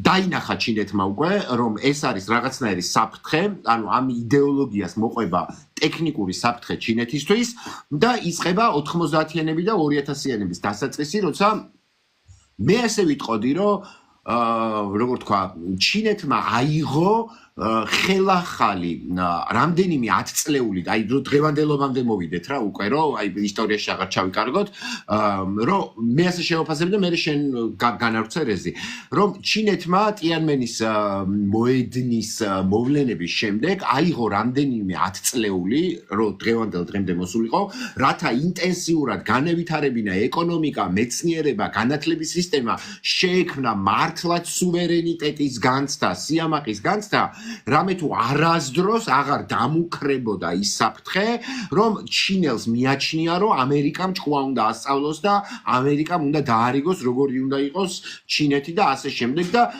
აი დღევანდელ ჩინეთს თუ შეხედავ, რა მასშტაბში გაიხსნა ტიანმენის მოედნის მოვლენების შემდეგ, პრინციპში მაგასთან არის კავშირში, როგორც კი ქვეყანამ იგრძნო, რომ ჩინელს აღარ აქვს იმის განცდა, რომ გარედან ვიღაცამ ჭკუა უნდა ასწავლოს და ქვეყნის აშენება როგორ, ახლა უკვე საფრთხეს აღარ არის ჩინეთისთვის ის, რომ ან გარედან ბევრი ხალხი ჩავიდეს, ან ჩინელი უყურებდეს მსოფლიოს, იმიტომ რომ მასაც გაუჩნდა სიამაყე, რომ მისი ქვეყანა სწორი გზით ვითარდება და როგორ თქვა, სუვერენულ წარმატებულ პოლიტიკას ახერხებს. რეზი შენთან სიტყვა ტიანმენის მოვლენებიდან დღემდე. ხო, ტიანმენის მოვლენებიდან მოდის მე ზანგზენმინი, რომელიც ამბობს, რომ ჩვენ საბოლოო ჯამში ჩინეთის ის დაეხმარა, საბჭოთა კავშირისგან განსხვავებით იდეოლოგიურად მაინც შენარჩუნებული ჰქონდათ გამჯდარი იყო მაოიზმი და მაოისტური კომუნისტური მიდგომა და ნელ-ნელა იწყება ზანგზენმინიდან ეგრეთ წოდებული პერიოდი, დენ ზიაოპინგზე დამყარებული, რომ სოციალიზმი ჩინური ნიშანთვისებებით ასწავლებს. ნელ-ნელა რამდენიმე ეტაპად შეგვიძლია დავყო ზანგზენმინის დროს, როდესაც იწყება ნელ-ნელა აშენება და განვითარება ჩინეთის სანაპიროების, იწყება იაფფასიანი დიდი რაოდენობით უკვე ტანსაცმლის წარმოება, უკვე მცირე ტექნოლოგიის წარმოება, შემდეგ 2000-იან წლებში უკვე ჰუჟინტაო მოდის და ჰუჟინტაოს პერიოდშიც ჩინეთს აქვს თავისთვის არის ჩუმად, თუმცა არ ვითარებს ამავდროულად საფინანსო კაპიტალზე გადადის უკვე, ძალიან დიდ ინდუსტრიებს აწარმოებს, უკვე მანქანათმშენებლობაზე გადადის, უკვე მატარებლების მშენებლობაზე გადადის და ასე შემდეგ და ასე შემდეგ, ხო? ანუ საბოლოო ჯამში ჩინეთმა და ჰუჯინტაოს პერიოდში შექმნა ისეთი მომემოცემულობა, სადაც განსხვავებით დასავლეთისგან კონფუციანიზმი არის გაცოცხლებული, კონფუციანისტურად უყურებენ სამყაროს, განსხვავებით დასავლეთისგან საწარმო ურთიერთობები არ არის დაქვემდებარებული კაპიტალს. ანუ ჩემი შრომიდან გამოღებული ნაყოფი და მიღებული ინვესტიცია არ ემსახურება ვიღაცა თემურ ჭყონიას გამდიდრებას და თემურ ჭყონიას ჯიბეში წასვლას, მაგრამ ფულის მეტწილად არ ემსახურება, ასე ვიტყოდი. ხო, პირიქით არის. ეს ფული მიდის სახელმწიფოში, რომელიც შემდეგ სახელმწიფო უფასო ჯანდაცვას, უფასო განათლებას, უფასო სახლებს აძლევს ადამიანებს და ხდება ამ ფულის ინვესტირება განათლებაში, თვითონ ადგილობრივი ჩინელების. ბოდიში ერთი წუთი შეგაწყვეტინებ. აი, შენ რასაც ლაპარაკობ, ხა აი ზუსტად წინა ლაივზე რაღაც ჩინეთზე ლაპარაკობდი, მოკლედ და ესე ავხსენი რა. ეს არის BlackRock-ი და სამი უმსხვილესი ასეთ კომპანია დასავლეთში. და ყველა ის 550 ბრენდი წარმოებისა თუ ასე შემდეგ, რეზი ხედავ ჩემს უკან რაც ხდება, გამოჩნდა? ხო, აი ნახეთ, ეს რაც არის და მთელი ხა რეზი რასაც ხსნის, ცენტრში მოგება აკუმულირდება დასავლეთში, ძირითადად აი ამ დიდ კორპორაციებში. ჩინეთში კი ამის ცენტრში ძირითადად 100%-ით არა, ძირითადად თქვა 70% რო იყო, ცენტრში დგას სახელმწიფო, რომელიც მე ავითარებს მეცნიერებას, განათლებას ასე შემდეგ. ძალიან მაგარი წიგნი არის კიდე Huawei-ის ისტორიაზე, როგორ შეიქმნა Huawei, როგორც სახელმწიფო კორპორაცია. ნებისმიერ კორპორაცია ჩინეთში საბოლოო ჯამში არის სახელმწიფო კორპორაცია და დირექტორები, რომლებიც დიდრებიან საბოლოო ჯამში, ძალიან მარტივად შეცვლილებები არიან ჩინეთის სახელმწიფოს მიერ. ჩინეთმა დაიწყო უკვე შემდეგ ინვესტირება მაღალ ტექნოლოგიებში, ხო? და ჩვენ ეკონომიკა არის, ეკონომიკას აქვს სამი სახეობის ეკონომიკა, ეს დაახსნა აუცილებლად და ხუთი ეტაპი აქვს ეკონომიკას. სამი სახეობის არის, ეს არის წარმოებითი ეკონომიკა, ეს არის სადისტრიბუციო ეკონომიკა, ეს არის მომსახურების ეკონომიკა. ჩვენთან გვეუბნებიან, რომ მარტო მომსახურებით განვითარდება. მარტო მომსახურებით შექმნით იაფ მუშახელს, რომელიც ყოველთვის იქნებით დამოკიდებული საზღვარგარეთზე და საგარეო კრებებზე. დისტრიბუცია რო იყო ჰაბი და გამტარი რა. ну რაღაც ასე ვთქვა, ჩემოდის რაღაცა ჩინეთიდან, გადის ევროპაში და ამას ვატარებ და აქედან ზოგადად თავაზობს ეხა ბიზნესია, რომ აბა გვიყოთ. ხო, ეგ არის შემდეგ, მაგრამ მესამე არის ინდუსტრიული, ანუ წარმოებითი ეკონომიკა. ჩინეთი დღევანდელ დღეს 2000 წლებიდან ბოლოს უკვე თითქმის ყველაფერს ფარავს. 2008 წელს თუ მხოლოდ სწრაფი მატარებლები მხოლოდ 10%-ს ფარავდა ჩინეთს, დღევანდელ დღეს ეს არის საყოველთაოდ 95%-ამდე, ხო? ანუ ესეც სწრაფი განვითარება მოხდა. ანუ როდესაც შენ კაპიტალს იმორჩილებ და შენ აკონტროლებ კაპიტალს და ეუბნები, რომ მე მინდა ჩემი ამ კაპიტალში მოგებების გადასროლა ჯანდაცვაში, მე მინდა მეცნიერების განვითარებაში, მე მინდა ამაში გადასროლა, შენ უკვე გაქვს საშუალება, რომ არ იყოს სოფლის მეურნეობის ეკონომიკა, არ იყოს იაფ ინდუსტრიის ეკონომიკა, არ იყოს მხოლოდ ძიმე ინდუსტრიის ეკონომიკა, არამედ უკვე გახდა ტექნოლოგიების და მეცნიერული ცოდნის ეკონომიკა. ჩინეთი ამ ყველაფერს ფარავს. და როდესაც შენ ხარ საწარმო ეკონომიკა, ავტომატურად ხარ ტრანსპორტირების ეკონომიკა, დისტრიბუციის და ავტომატურად ხარ მომსახურების ეკონომიკა. ანუ ყველაფერს ამვითარებ ამ ყველაფერთან ერთად. და ამიტომ არის ეს ყველაფერი. საბოლოო ჯამში ჩინეთი არ არის კაპიტალისტური ეკონომიკა, იმიტომ რომ განსხვავება არის ძალიან სერიოზული სოციალისტური, ეს არის კომუნისტური, ეს არის სოციალისტური ეკონომიკა, რომელიც იმართება ცენტრალური დაგეგმით და ცენტრალური გეგმის მიხედვით, რომელსაც აქვს სპეციალური ზონები, რომელიც იყენებს საერთაშორისო კაპიტალს და ამავდროულად რას აკეთებს? ამავდროულად იმორჩილებს კაპიტალს და ქვეყანა კი არ ემსახურება კაპიტალის ინტერესს, ანუ კაპიტალი ემსახურება ქვეყნის ინტერესს. თუნდაც ერთმა იკითხა, ხო არ არის? არა, იმიტომ რომ ვერ იქნების შეუძლებელია კაპიტალისტური წარმოების სისტემაში იყო ერთი ქვეყანა, რომელიც ხარ სოციალისტური, თუ ამას არ გამოიყენებს, რომ ამიტომ ერთადერთი ძალა გიქრում შენ ეს დაიმორჩა და ჩინეთმა გააკეთა. სხვანაირად ჩინეთი ვერ გამithარდებოდა. ჩინეთში ნეოლიბერალებმა არჩეულმა თავის ვიდეოში ახსნა, მეც ამაზე ვლაპარაკობ, რომ დაიწყეს თავისი ქარხნების გადატანა ნელ-ნელა. ჩინეთმა ამით ისარგებლა, ჩინეთმა ისწავლა რაღაცეები. ჩინეთში მაგალითად იწარმოება რაღაც ლუი ვუიტონის ჩანთა, პრადას რაღაცა ზედა და ჩინეთში ძალიან მაღალი ხარისხი აწერო დიზაინ დიტეილი. უბრალოდ მიდის ეს იტალიაში და ეცვლება სხვა დარქმახდა, იმიტომ რომ უფრო იაფი უჯდებათ იტალიელ წარმოებებს და რაც ჯდება $3, ან $1 $304,000 ხიდია მე დასავლეთში. თუნდაც ის ბალენსია, რომელსაც მე ვერ ვიტან პირადად, მონების ამბავი ალბათ. და ასე სხვა ბრენდები, ხო? რაც არის. იგივე არის ავტომობილებზე, იგივე არის iPhone-ები, რომელიც ჩვენ ამერიკული გონი Apple-ის იწარმოება ჩინეთში. ჩინეთმა შეიძლება, ჩინეთს რატო შეეშინა ეხა ამერიკას ტარიფებზე, რატო მოხსნა ჩინეთი? მოდი გადავიდეთ ეხა დღევანდელობაზე რა, მოდი კლასიკური ჟურნალისტური სტრიმი იყოს, კითხვას დაგისვამ. დავამთავრებ ბოდიში და ანუ რას ვამბობ, ჩინეთმა შეძლო 2000-იან წლებში ამ კაპიტალის ისე აკუმულირება, რომ თვითონ ჩინეთშივე მოახდინა ინვესტირება და ჩინეთის განვითარებაში. და 2012 წელს მოდის უკვე ში ჟინპინი ჰუჯინტაოს მერე, რომლის მამაც მაუნ გადაასახლა, მაგრამ ჰუჯინტაოსგან განსხვავებით ის არ არის ეგრეთ წოდებული რეფორმისტული ფრაქციიდან, ის არის ეგრეთ წოდებული კომუნისტური მაოისტური ფრაქციიდან წარმავალი და ის ამბობს, რომ ჩინეთმა უნდა დაიბრუნოს ასევე მაოისტური გავლენები და როგორც შენაბობდი დასავლურ კულტურასთანაც კი დაიწყო ბრძოლა და ნელ-ნელა აღადგინა მე-20 საუკუნის შუაში თანამედროვე ვერსიით კლასიკური კომუნისტური ჩინური, ასე ვთქვათ, იდენტობის გაძლიერება წამოვიდა თანამედროვე სიმდიდრის და კეთილდღეობის ფონზე, განსხვავებით მაოს გარეთ წამოყო, იმიტომ რომ მაშინ მაოს დროს განადგურებული იყო. ამავდროულად უკვე იქმნება სანამ კითხვას დამისვა უბრალოდ და მე არა, სიამოვნებით გისმენთ, რას მოკლედ. უკვე ჰუჯინტაოს დროს იქმნება ჩინეთი ქმნის ისე აძლიერებს თავს, რა აქვს უკვე საგარეო დახმარების გაცემის საშუალებაც, რომელზეც ყველა დასავლელი ამბობს, უი საფრთხეს ქმნიან ეგენი და ასე შემდეგ და ასე შემდეგ. განსაკუთრებით უყვართ ხოლმე მაგალითად ფრანგებს. ამაზე ლექციის წაკითხვა აფრიკული ქვეყნებისთვის, რომლებიც ფრანგული კოლონიები იყვნენ და დღემდე გავალიანებული ყავთ და მაგით უარი ბურკინა-ფასოდან და ნიჟერიდან რომ გააგდეს, ხო? მალედან რა. ანუ რა არის, რომ ჩინეთი იაფს სესხს გაძლევს და ჩინეთი არის სახელმწიფო, რომელიც ინფრასტრუქტურაში და ინდუსტრიის განვითარებაში ეხმარება.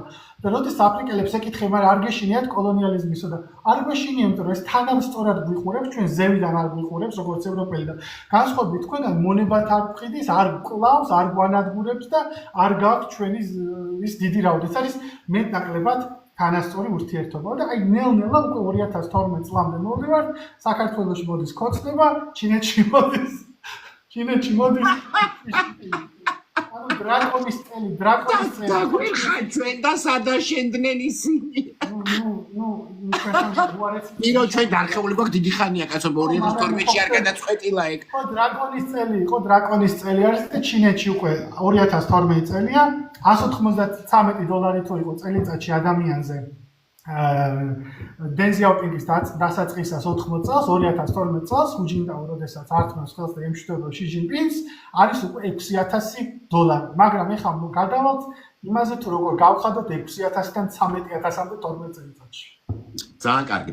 მოკლედ, ესე იგი, რეზი, ეხლა სანამ ამ ტარიფებთან, იმებთან მოვალ, თუ შეიძლება რომ მე კიდევ ერთხელ შეგახსენებ ჩემთან სტრიმში ხალხს, რომ მე და რეზის დიდი ხანი არ მქონია ლაივ სტრიმები, სულ გელაპარაკებით ყოველდღე და ასე შემდეგ და ამიტომ ამ სტრიმს ვიყენებ იმისთვის, რომ როგორც აი ჟურნალისტურად კითხვები დავსვა და მინიმალურზე დავიყვანო ჩემი აზრების გამოთქმა და რეზი ვალაპარაკო. ამიტომ როგორ თქვა კარგი შესაძლებლობა ეს ნამდვილად ამისთვის. რეზი, ეხლა რაზე მინდა შენ ილაპარაკე ქარხნების განვითარებაზე, წარმოებითი ეკონომიკის განვითარებაზე, მათ შორის მსოფლიოსთან იდეოლოგიურ კონფლიქტზე, ეკონომიკურ კონფლიქტზე, ასე შემდეგ, ხო?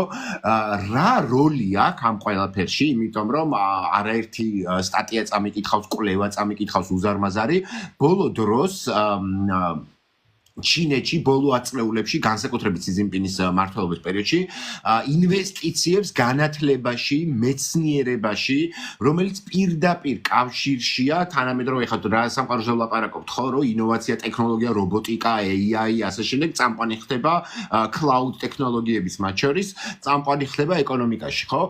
და მაშინ როცა ჩვენ, რა ვიცი მე, სააკაძის მოედნიდან გმირთა მოედნამდე სულ ტექნიკური უნივერსიტეტი გვაქვს საბჭოთა კავშირის დროს აშენებული, არავინ ამის განვითარებაზე არ ფიქრობს და რაღაცა ჯიხურის IT სკოლები და ასე შემდეგ ამ ნოვატორი და ეგეთ რაღაცებს გვტენიან იმათ, რომ აი ეს არის დიდი ტექნოლოგიური განათლება, ან რა ქვია პალიკომ გელაძე თუ რა ქვია იმ ტიპს, ისა რომ ეხა იმის კოდინგის სკოლა გადაგვარჩენს თუ ასე შემდეგ, ხო?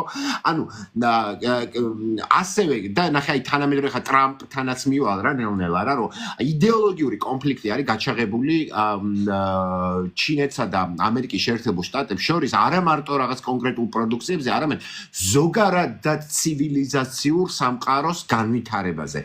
ეხლა ნახეთ რატო ჩინეთის სხვა შორის იყო ერთ-ერთი ყველაზე, აი, სწორედ იმ პერიოდში, როცა ცდილობდა რომ მაქსიმალურად ყველაფრის ხარჯზე, მათ შორის საკუთარი მშრომელების ექსპლუატაციის ხარჯზეც, ქვეყნის ფეხზე წამოყენებას, ეკონომიკის გამართვას, იმიტომ რომ უბრალოდ სხვა გზა არ იყო, თორე იმიტომ კი არა რომ რაღაცა თავიანთი ხალხის ჩაგვრა უნდათ თუ რაღაცა, სხვა გზა არ იყო.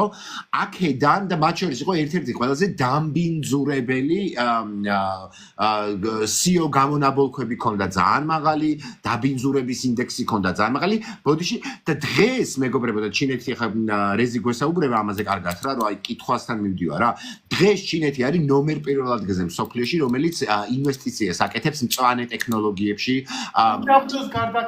უდაბნოს გარდაქმნაში, ეს ალტერნატიული ენერგო წყაროებში და ხშირად როცა ვამბობ ხოლმე ძალიან ბევრი ახალგაზრდას არ ესმის ხოლმე რა, რომ ეს ილონ მასკი კლოუნია მეთქი რა და კლოუნი არის რატო იცით? იმიტომ რომ ჩინეთი სულ ძალიან ცოტა დრო დარჩა, მაგალითად ხაი მწვანე ენერგიაზე გეტყვით თუნდაც 2030 წლისთვის ქონდა დასახული, აღარ მახსოვს რამდენი მეგავატი გეგმა, მაგრამ ამდენი გეგმა რომ უნდა ქონოდა მწვანე განახლებადი ენერგია 2024 წელს წინ წრებით შეასრულა ეგ გეგმა და ახალი გეგმა დაისახა. ამ დროს რა ხდება ამერიკაში? Drill baby drill. რომ ჩვენ ამოვთხრით ნავთობს, ჩვენ დედას მოუტყნავთ ყველაფერს. ამერიკა გაიმარჯვებს, კიდევ უფრო მეტ ნავთობს მოუტხრით.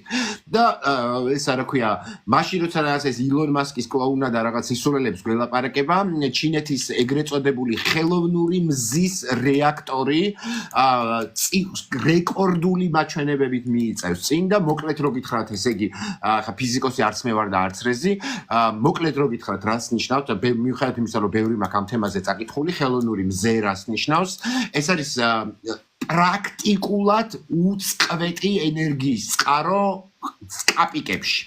და საკუთარი გეგმებით ჩინეთს დასახული აქვს, რომ ხელოვნური მზის რეაქტორს კომერციულ სამომხმარებლო ბაზარზე 2045 წლისთვის გამოუშვეს, მაგრამ რაც წეგან მოგიყევით, რომ გეგმებს 10 და 15 წლით ადრე ასრულებს, მოსალოდნელია, რომ საერთოდ ეგ ყველაფერი კიდევ უფრო მალე მოხდება და შენი drill baby drill, ნავთობი, გაზი და ბევრი სხვა ესეთი დამარხული წიაღისეული საერთოდ სამუზეუმო ექსპონატი გახდება. აი ეს არის როცა, რასაც რეზი საუბრობდა, როცა არ აქვს მნიშვნელობა წარმოებაში თუ ნებისმიერ სხვა სექტორში, როცა ცენტრში დგას სოციალისტურ პრინციპზე აწყობილი სახელმწიფო, რომელიც კაპიტალის მოხმარებასაც სახელმწიფო და კაცობრიობის მიზნებისთვის აკეთებს, იგივე ფორმულა გადმოდის მერე კაცობრიობის განვითარებაზე, იმიტომ რომ ხელოვნური მზის რეაქტორი მთელი დედამიწის სიცოცხლეს შეცვლის. გარემო შეიცვლება ჩვენს გარშემო, ამიტომაც არის ლიდერი ელექტრომობილებში, წარმოების კუთხით და მომავალში თვითონვე გახდება ლიდერი მთელ მსოფლიოში უწყვეტი ენერგიის წყაროს მიწოდებაში. რეზი, ესე იგი, რამხელა შესავალი გავაკეთე უკაცრავად, მაგრამ ეს რა ქვია, მეცნიერება, ეკონომიკა და მეცნიერება და ეკონომიკა, რომლის ცენტრშიც დგას და უნდა იდგეს სახელმწიფო ჩინეთის მაგალითზე თუ შეიძლება. ხო, როგორც მე აღნიშნე, სანამ ამერიკის შეერთებულ შტატებში USAID აფინანსებდა გენდერის ცვლილებებს თაგვებზე გვატემალაში, ამასობაში ჩინეთმა 6G ინტერნეტი გამოუშვა. ბოდიში ვერ გავიგე? ანუ სანამ ჩინეთი აფინანსებდა სანამ ამერიკა USAID-ით აფინანსებდა თაგვებზე გენდერის ოპერაციებს გვატემალაში, ჩინეთი ქვიარ ოპერას კოლუმბიაში 6G გამოუშვა, ხო? ნუ რას ვამბობ, იმიტომ რომ ჩინეთში ეს დაგროვილი, როგორც ჩვენ აღნიშნე, როდესაც მიზანი არის არა მხოლოდ კერძო პირების, ინდივიდების მოგება, არამედ ეს მარქსისტული, თუნდაც მარქსისტული და კონფუციანისტური სოფხედულობის გადასარევი იდეალური ჰარმონიული შერწყმა არის, რომ უნდა მოხდეს კოლექტიურად ზრუნვა სახელმწიფოზე და ადამიანებზე, ხო? ეს არ უნდა იყოს ვიღაცა ბობოლების, მასკების, თემორჭყონების და სხვების გამდიდრების და ფუფუნების წყარო, სადაც ისინი თავისი ბავშვობის კომპლექსების ფანტაზიებს აისრულებენ.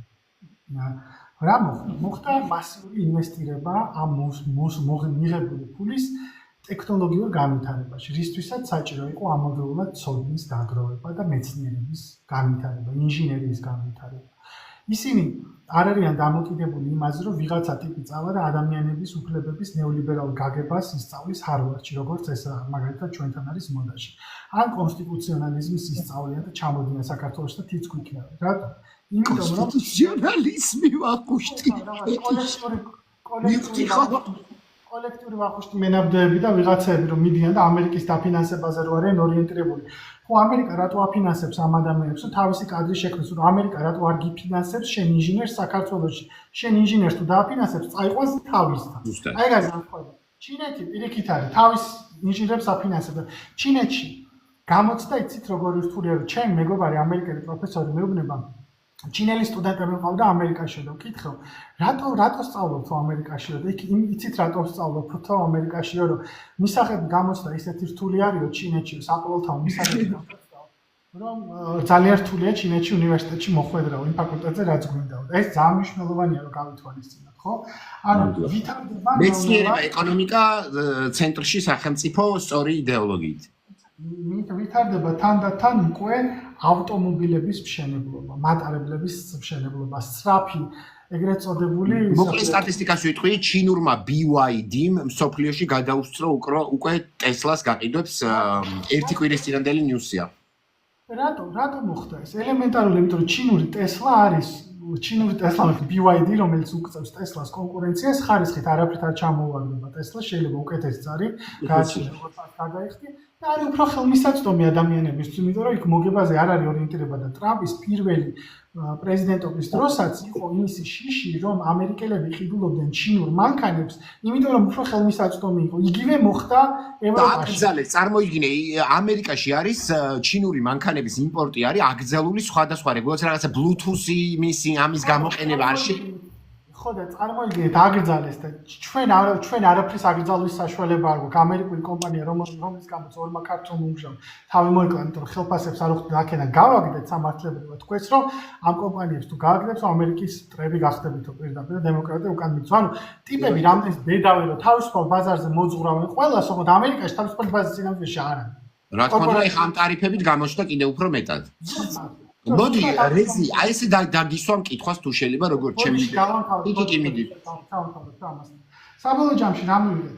სახელმწიფო დაფინანსებებით ჩინეთში შეიქმნა ხელოვნური ინტელექტი, რომელიც დაჯდა უფრო იაფი და ყველასთვის ხელმისაწვდომი. და ამერიკის შეერთებულ შტატებმა, რომელმაც ChatGPT-ში ჩადეს 500 მილიონი ეს ChatGPT არ იყო ყველასთვის და ყველა ოფციით ხელმისაწვდომი. და რა მოხდა? ჩინეთმა გამოუშვა ეს უფასო და ერთ დღეში ამერიკის საფონდო ბირჟამ 2 ტრილიონით იზარალა, ხო?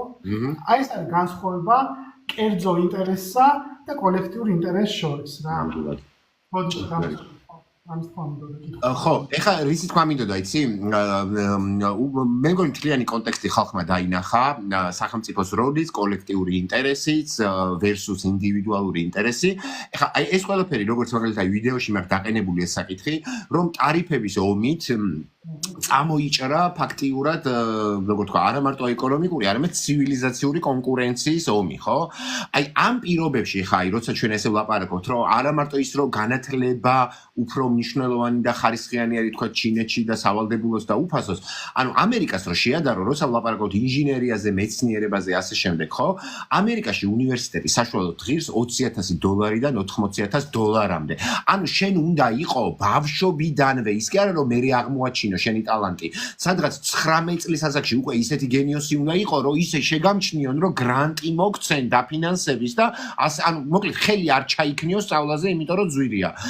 ანუ ამერიკაში შენ პირობითად ამერიკული განათლების მოდელში ყავს ძალიან ბევრი ნიჭიერი ადამიანი, რომელიც უბრალოდ უნივერსიტეტამდე ვერ მიდის, იმიტომ რომ მაგის გამოვლენის პოტენციალამდეც კი ვერ მიდის, იმიტომ რომ всё უკვე წინასწარული აქვს ხელი ჩაქნეული, რომ ანუ მაგ მხრივ განვითარებას აზრი არ აქვს, იმიტომ რომ ვერც ისწავლის ასეთ უნივერსიტეტში, ხო?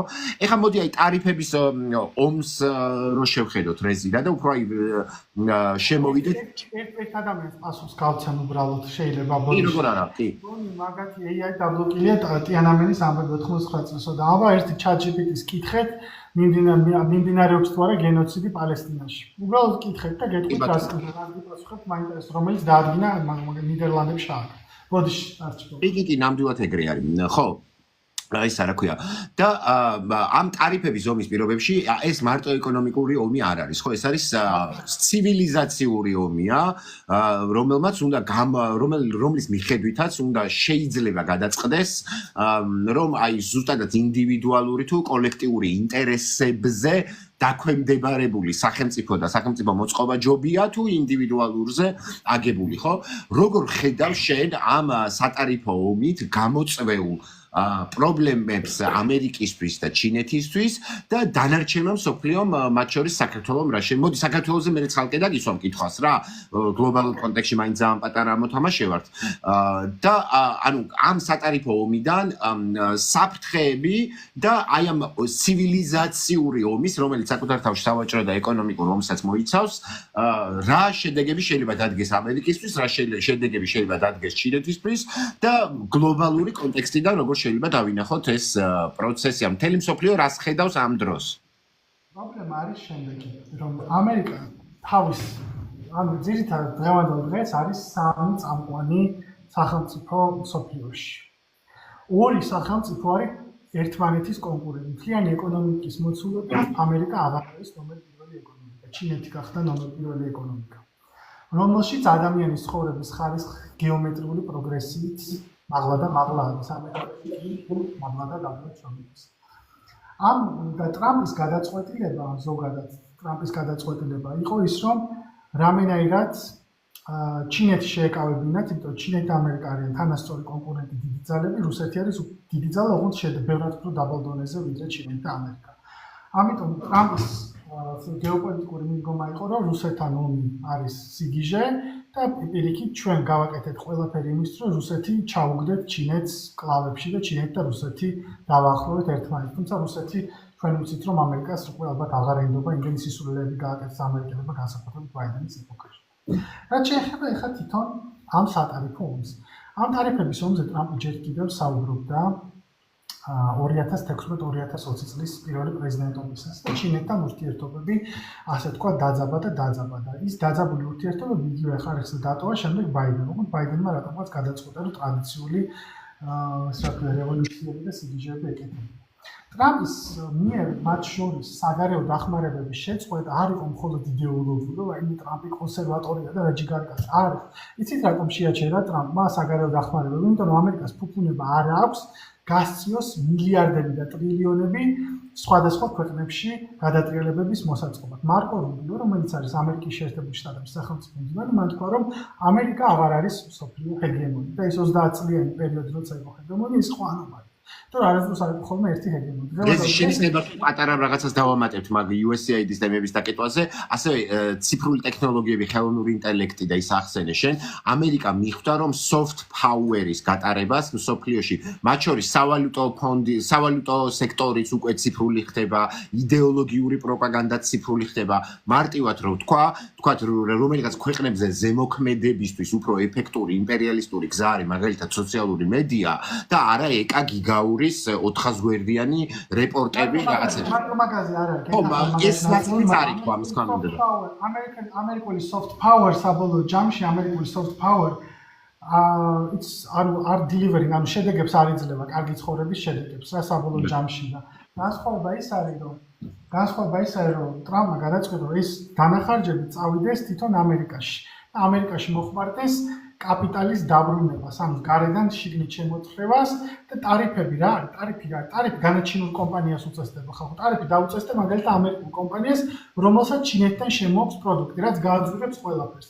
და ამ იდეით, ეს არის ძალიან დიდი ბაბანგზე და რისკზე წასვლა, რომ იდეით, რომ ისე გაძვირდება ყველაფერი, რომ ადგილობრივი წარმოებას დაიწყებენ შემდეგ ეს ბობოლა ოლიგარქები და ბიზნესმენები, რომ განსხვავებით ჩინეთისგან ამერიკას არ შეუძლია აიძულოს ოლიგარქები დაიწყონ ასე ვთქვათ, კოლექტიურ საკითხებზე ზრუნვას და ამიტომ პირობებს ქმნის, ანუ ტრამპი ხელს პირობების შექმნას, რეინდუსტრიალიზაციის, მაგალითად დეტროიტი, ფორდი, General Motors-ი საერთოდ რო აღარ განადგურებული არის, ხო არაფერი აღარ იწარმოება.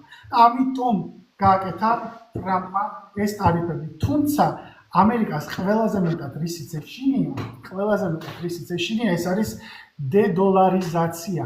ტრამპმა იცის და ამერიკელებმა იციან რომ სოფლიო ამერიკას აღარ ენდობა, იმიტომ რომ რადგან ამერიკა არის დოლარიზზე მონოპოლისტი, მას შეუძლია ნებისმიერ ქვეყანა დაასანქციროს, გააბანკროტოს და უბედურებები დაიწყოს. ამიტომ ქვეყნების უმეტესობა ამბობს, რომ მე დოლარის გამოყენება აღარ მინდა. ან დოლარს აგძალა მხოლოდ მაშინ, თუ ჩვენ მივანიჭებთ, თუ ჩვენ გვჯერა დოლარს და მოვიხმართ დოლარს.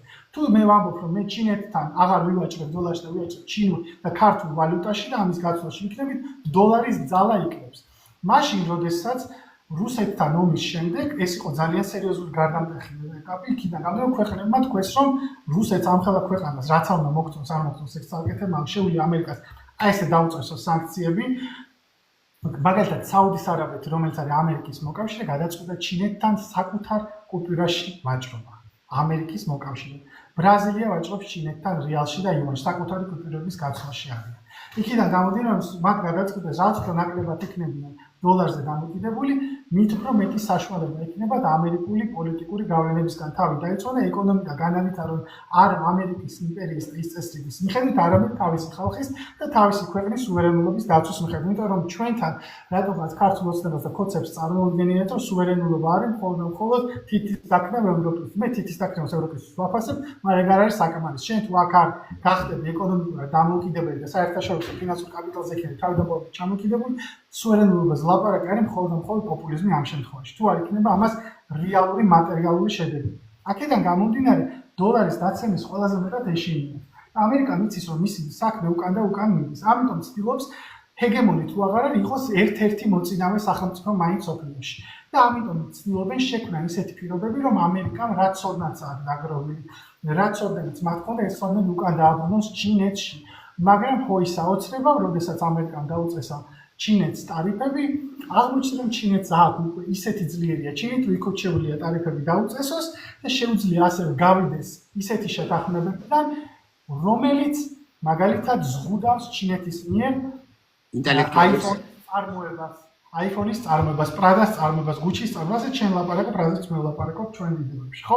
აქედან გამომდინარე ჩინეთმა თქვა, რომ კი ბატონო, შენ მხოლოდ 15% ხარო ჩემი ბაზრისო, მე ვიპოვიო ჩემ ბაზარსო სადმე სხვაგან, შემიძლია ჩემი მოსახლეობის ცხოვრებაში კიდევ უფრო მეტი ინვესტიცია და ჩავდერო და ავწიო და ჩემი ადგილობრივი ბაზრით შევავსოთ და ამიჯერეთ ჩინეთის მოსახლეობა საკმარისი ხავს, უბრალოდ სყიდულნარიანობა კიდევ უნდა გაზარდოს და დავიწყებ პროგრამების გამოშვებას. წარმოგიდგენთ თქვენ, რომ $2000 ახალი iPhone-ი უცებ იჩნდება ბაზარზე $200.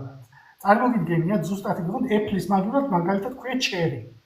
უბრალოდ ალუბალი ვაშლის მაგრამ ალუბალი ახატი.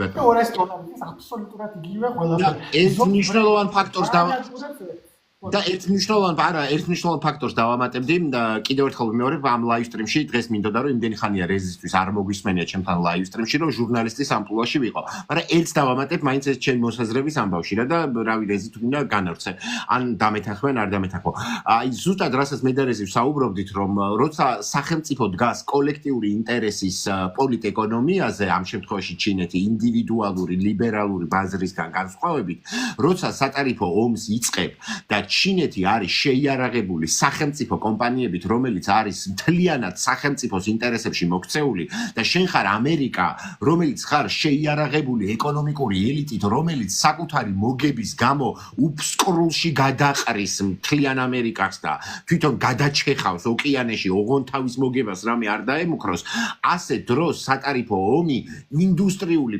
თანმდევი ინდუსტრიული პოლიტიკის გარეშე არის აბსურდი ანუ ტრამპის სატარიფო პოლიტიკა ემყარება ოღონდ თვითონაც ის ეგრო დებილობა არის ეგრეთ წოდებული ბაზრის უხილავი ხელის იდეოლოგიას რომ ტარიფები გამოიწვევს ავტომატურად ჩინეთში ამერიკული წარმოების ამერიკაში დაბრუნებას ამერიკა კი მე რომ მკითხავ წესით მონარქიაა და არანაირი დემოკრატია იქ არ არსებობს მაგრამ ტექნიკურად არის მაინც დემოკრატია გარდა იმისა რომ ეკონომიკური ელიტა ყავს რომელსაც სუფეხებზე კიდია ამერიკის ინტერესები ოღონდ საკუთარი მოგება გაზარდოს და არავინ მომკითხავი პატრონი არ აყავს რომელიც მას სახელმწიფო კოლექტიურ ინტერესში მოაქცევს ამას გარდა ტექნიკურად რომ დემოკრატიაა იმ Apple იქნება თუ სხვა დიდი ქარხნები თუ წარმოებები იმან იცის რომ ეხა 4 წელიწადში ჩორტიოზნაით რა იქნება და კიდევ ვიღაც სხვა პრეზიდენტი მოვა და ტარიფები კი არა პირიქით შეიძლება კიდევ უფრო მეტი ქარხანა გადავიდეს ჩინეთში და ასე შემდეგ შესაბამისად რომ წარმოიდგინო რომ ამ ბაზრის უხილავი ხელის ლოგიკითაც კი შენ ხარ ამერიკელი მილიარდერი რომელსაც წარმოება გაქვს ჩინეთში და უნდა წახვიდე იმ რისკზე რომ აი ამ ვიღაცა ცანცარამ გუშინო ტარიფები შემოიღო მერე ზეგ დააპაუზა მერე მაზეგ რაღაცაზე ახსნა მერე იმაზე დაამატა თუ რაღაც რომ ამის გამო შენ ეხა რაღაცა 100 მილიარდის ინვესტიცია უნდა მოკიდო ხელი ქარხნებს ხელი ჩინეთში გადაიტანო ამერიკაში უკან და არ იცი ხვალზე ეგ ტარიფები საერთოდ იქნება თუ არ იქნება და გიღირდა თუ არა ეს ყველაფერი რა ამით მოკლედ იმის თქვა მინდოდა რომ აი რასაც დასაწყისში ვამბობდით რომ როცა ეკონომიკა და სახელმწიფო აგებულია კოლექტიური ინტერესის პოლიტეკონომიაზე მას ლიბერალური თავისუფალი ბაზრის იმპერია როგორიც არის ამერიკა ვერასდროს დაუპირისპირდება იმიტომ რომ პირველი შენი ოლიგარქია გამოგხრის შიგნიდან რომის მოგებასაც დაიმუქრება საფრთხე ერთ საათად და რომს გადმოვიდეს ეს ყველაფერი უკან ამერიკაში ამას ჭირდება assembly line როგორც არის საწყობი ანუ assembly lines საწარმო ხაზის აწყობა სჭირდება მინიმუმ 10-15 წელი საწარმო ხაზის აწყობისთვის რაც ჩინეთში უკვე არის ამის თავიდან დაწყობა ამერიკას დაჭირდება რამდენიმე ათეული წელი.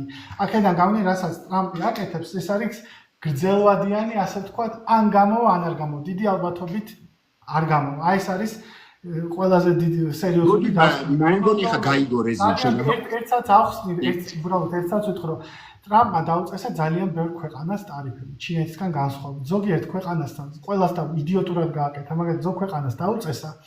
ისეთ ქვეყანას, როგორც არის მადაგასკარი. უბრალოდ მადაგასკართან აქვს უარყოფითი სავაჭრო სალდო, ანუ მადაგასკარიდან უფრო მეტი შედის, ვიდრე მადაგასკარში ამერიკული პროდუქტი შედის. რატომ? იმიტომ რომ ამერიკული პროდუქტი არის ძვირი და მადაგასკარს არშეული ამის ხილვა. მადაგასკარიდან შედის ძირითადად რა სუნელები. და მაგათაც დაუწესა ეს, მაგრამ საბოლოო ჯამში იდეა იყო ის, რომ მე შენ დაგიწესებ ტარიფებს და შენ თუ უკან არ დამიწესებ ტარიფებს, მე შენ დაგაჯილდოვებ. ანუ ეს იყო ამერიკამ თავისი ძალა გამოცადა. შეეცადა ჩინეთზე მოეხდინა იზოლაციური გავლენა. და ძალიან კარგად ცდილობდა, რომ რამენაირად ეჩვენებინა, რომ ვინც მაგალითად მე ამყობა და არ დამიწესებს სანქციებს, მათ არაფერი არ, მაგრამ ჩინეთმა იქით დაუწესა სანქციები და იქამდე მივიდა საქმე, რომ ტრამპს მოუწია სანქციები მოეხსნა კომპიუტერებისა და ტელეფონების წარმოებლებზე ჩინეთიდან. სწორედ ამ კუთხიდან მან წაყირავება. კი ბატონო, აი სწორედ ამ გეოპოლიტიკურ კონტექსტში, იმიტომ რომ თავიდან ხა მე ცოტა მე და შენ ძალიან ვიცით ხოლმე გავრცობა და მე ერთი ნაწილი გვავიწყდება ხოლმე და აი ნახე შენ თვითონ წამოჭერი ეგ საკითხი. ჩემი კითხვის მეორე ნაწილი ეხებოდა სწორედ მაგას, რომ რა დაინახა დანარჩენმა მსოფლიომ ამ სატარიფო ომით, რომელსაც შენ ხა ნაწილობრივ უკვე ძალიან მოკლედ უპასუხე, რომ ანუ ესე იგი მთელმა მსოფლიომ დაინახა, რომ ქვეყანაში არსებობს მსოფლიოში არსებობს ეგეთი ეკონომიკური, მილიტარისტული იმპერიაც ამერიკის შეერთებული შტატები, რომელიც ითხოვს უპირობო მორჩილებას ეკონომიკური შანტაჟის გზით. რამაც ჩემი აზრით ჩინეთი ხო უხეშად ძალის დემონსტრირებით არადიპლომატიურად და დამამცირებელი ტონით არ დაგვავიწყდეს. კი ბატონო, რამაც მე ვთვლი რომ დანარჩენ სამყაროში უკუ შედეგი გამოიწვია ამერიკისთვის, რომ შეიძლება შენ არ აქვს უშუალოდ მადაგასკარი ხარ თუ იტალია ხარ თუ ვიღაცა ხარ, დღეს შეიძლება რაღაცა დათმობაზე წასვლა გჭირდება ამერიკასთან, მაგრამ გრძელვადიან პერსპექტივაში დაგანახა, რომ უბრალოდ რაღაცა მათრახის მეთოდებით დამორჩილებაზე არის ლაპარაკი, რამაც ჩემი აზრით ჩინეთი უფრო ხელსაყრელი და სტაბილური პარტნიორის წარმოჩენაში დაეხმარა მთელი მსოფლიოს ქვეყნების თვალში. ზუსტად, აბსოლუტურად მომყვებ, მან 200%-ით გეთანხმები და ამას რაღაცა სიტყვის სანამ ისა ეხლა ნახე დავით ჯანაშიამ დაწერა რომ აი ნახე სწორ რაღაცა წერა ტრამპმა მართლა გითი რაღაცა თქვა რომ ტრაკზე კოცნით მირეკავენ ქვეყნებიო და ამაზე გამახსენდა მაგარი რაღაცა რომ აი რაც მაგას ადასტურებს BBC-ს ჟურნალისტი მიდის ბრიტანეთის პრემიერ-მინისტრთან ეხლა ცოტა ხნის წინ იყო მაგის მერე და ეკითხება ეგეთ რაღაცას რომ ამერიკის პრეზიდენტმა თქვაო რომ ქვეყნები მირეკავენ ტრაკზე საკოცნელად და თქვენო ტრაკზე საკოცნელად დაურეკეთ ესე უნდა გააგრძელოსო ბრიტანეთმა ამ ფორმატშიო ამერიკის შეერთებულ შტატებთან ურთიერთობაო ეს არის კიდევ ერთი დასტური იმისა რასაც დასაწყისში ვამბობდი რომ ამ სატარიფო ომმა და ამ დამორჩილების პოლიტიკამ ჩინეთი ბევრად უფრო სტაბილურ ღირსეულ პარტნიორად წარმოაჩინა ამჯერა აქამდე მარტო გლობალური სამხრეთისთვის იყო ეგ და ახლა ვფიქრობ უკვე გლობალური ჩრდილოეთისთვისაც მინუს ამერიკის შეერთებული შტატები პრობლემა ამ ყველაფერთან არის ისიც, რომ განსხვავებით ამერიკისგან, ჩინეთი არასოდეს არ ცდილობს დაიწყოს საერთაშორისო სამხედრო კამპანიები, ხო? არ იჭრება სხვა ქვეყნებში. ამავდროულად არ აქვს ჩინეთს 30,000 ბაზა. ანუ ჩინეთის სანაპიროსთან ამერიკის ბაზას რა უნდა, ხო ხვდებით ან ალბანეთში. ჩინეთს აქვს ეგრეთ წოდებული კონფუციანისტური ჰარმონიული პოლიტიკა. როგორც შევაფასებთ რბილი ძალა ეს ძალა ჯერჯერობით ამას მარტივად ვერ შევაფასებთ. ჯერჯერობით საქმე ისაა, რომ ჩინეთი გეუბნება, მოდი გქონდეს ურთიერთობა, მე შენ შიდა პოლიტიკაში არ ვერევი, გინდა იყავი ქრისტიანი, გინდა იყავი მონარქია, გინდა იყავი კომუნისტი, გინდა იყავი ისლამისტი, როგორც გინდა, ისეთი ხარ, შენი სუვერენული უფლება და ისე უნდა ააწყო შენი სახელმწიფო. ფათაშერის ძალიან ცნობილი იყო. ვაჭრობაში ეს წამიდამთავრდა. იგი. ახლა გონია რომ ასრულებს და ამერიკაში და ნეოლიბერალიზმის თავარი იდეა რა არის, რომ მე სახელმწიფო უნდა არსებობდეს იმისთვის, რომ ემორჩილებოდეს ბაზარს, ანუ submission to the market. ანუ სახელმწიფო არის ბაზარზე მორჩილება და მთავარი უფლება არის არა სიცოცხლის, არამედ კერძო საკუთრების, ხო? ანუ ესეც იგი შედა დადის. და ამერიკა ცდილობდა რომ თავის სახეხატად გადაექცია ყველა სხვა სახელმწიფო. იმიტომ ცდილობს ამერიკა USA-ით და რაღაცებით ქართული კულტურის მაგალითად რაღაც იდიოტური ამერიკული რაღაც არაორგანული სისულელეებით ჩაანაცვლოს. მათ შორის იგივე ევროპელებიც მეტნაკლებად იგივე საკეთებდა. ჩინეთი ამას არ აკეთებს. ეს იმსახურებს მე ძალიან ბევრი ქვეყნის თვალში პატივისცემას. და ამის წინვალე მაგალითი იყო სხვათა შორის კიდევ ერთხელ ვიმეორებ რა, ანუ ჩვენ ქვეყნებს ვაფასებთ პოლიტიკა და გეოპოლიტიკა არ არის ფეხბურთი, რომ უბრალოდ ჩინეთის დროშა მომწონს ან ამერიკის დროშა უფრო ლამაზია და აი ამის გამო ბიონსე უფრო კაია თუ პენგლუიანგი, ანუ ეგრე არ ფასდება რა ქვეყნები თუ რაღაც, ანუ რაღაც მათი მოქმედებები ოფიციალურად დეკლარირებული პოზიცია და მე რეალურ პოლიტიკაში ასახული.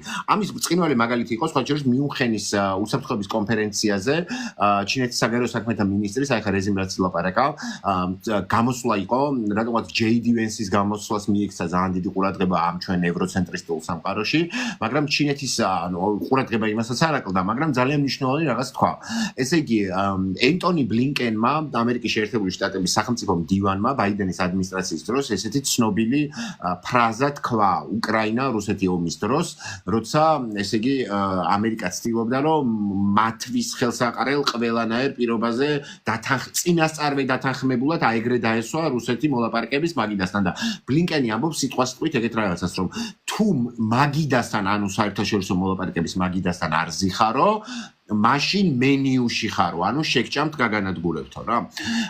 და აი ამაზე პერიფრაზი გააკეთა ჩინეთის საგარეო საქმეთა მინისტრმა მიუნხენის უშიშროების კონფერენციაზე და ესეთ რაღაცა თქვა. გამოდიანო ზოგიერთი ქვეყნებიო და იძახიანო რომ აი ესე თუ მაგიდასთან არ ზიხარ მენიუში ხარო. მათ მინდა შევახსენო რომ ჯუნგლის კანონითო დღეს თუ მაგიდასთან ზიხარ ხვალ შეიძლება შენ აღმოჩნდე მენიუშიო. სამყარო საერთაშორისო სამართლისა და თანასწორობის პრინციპის გარეშე მივიღებთ ქაოსს, რომელიც ისედაც ჩავარდნილია სამყარო ამ ქაოსში და კიდევ უფრო გართულდება ასეთი მდგომარეობაო. რეზი დამეხმარე რა თარგმანში China does not engage in exceptionalism nor itself nor for other. Exceptionalism როგორ არის ქართულად?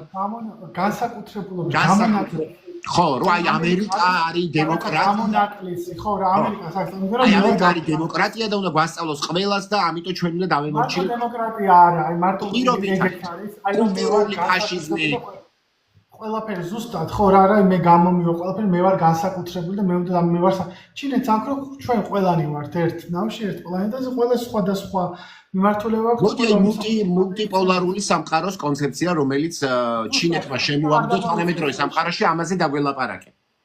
ჩინეთ ანუ 2022 წლისთვის 2022 თუ არ ვცდები 23 წლისთვის დიდი შვიდეულის ეკონომიკა, თან დიდი შვიდეულის ასაცილო, მოდი ჩამოთვალოთ რომელი ქვეყნებია. დიდი შვიდეული ეს არის ამერიკა და დანარჩენი ჯუჯა სახელმწიფო, კანადის მოსახლეობა 30 მილიონი.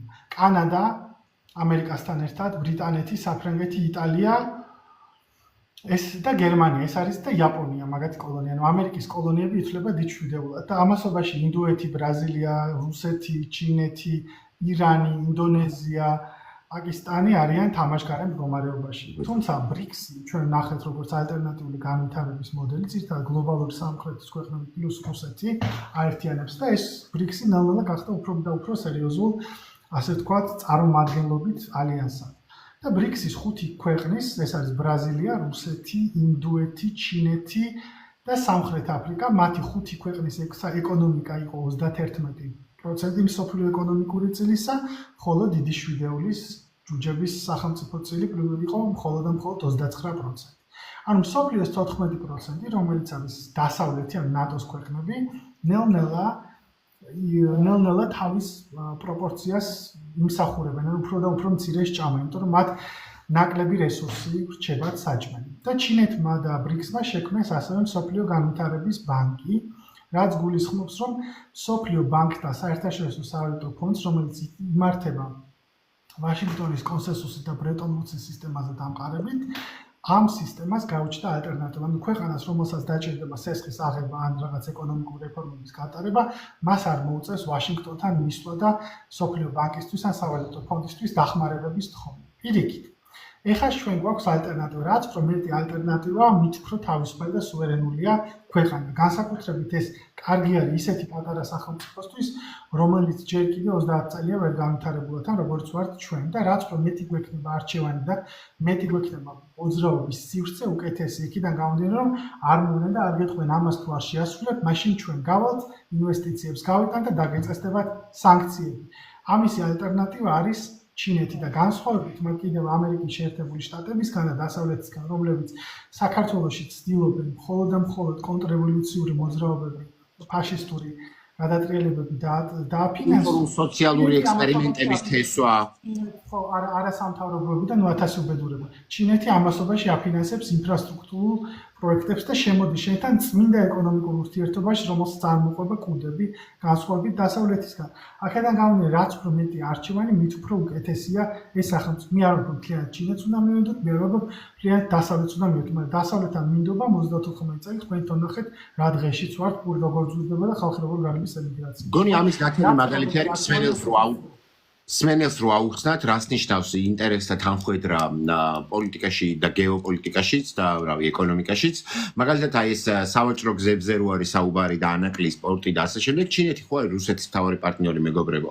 ანაკლის სპორტი და ეგ სავაჭრო გზები რეალურად არის რუსეთის ალტერნატიული გზები სავაჭრო გზებისა და ხო ითვლება რომ აი ჩინეთი და რუსეთი აი გადაბმული ძმაკაცები და პარტნიორები თუ რაღაცა ხო?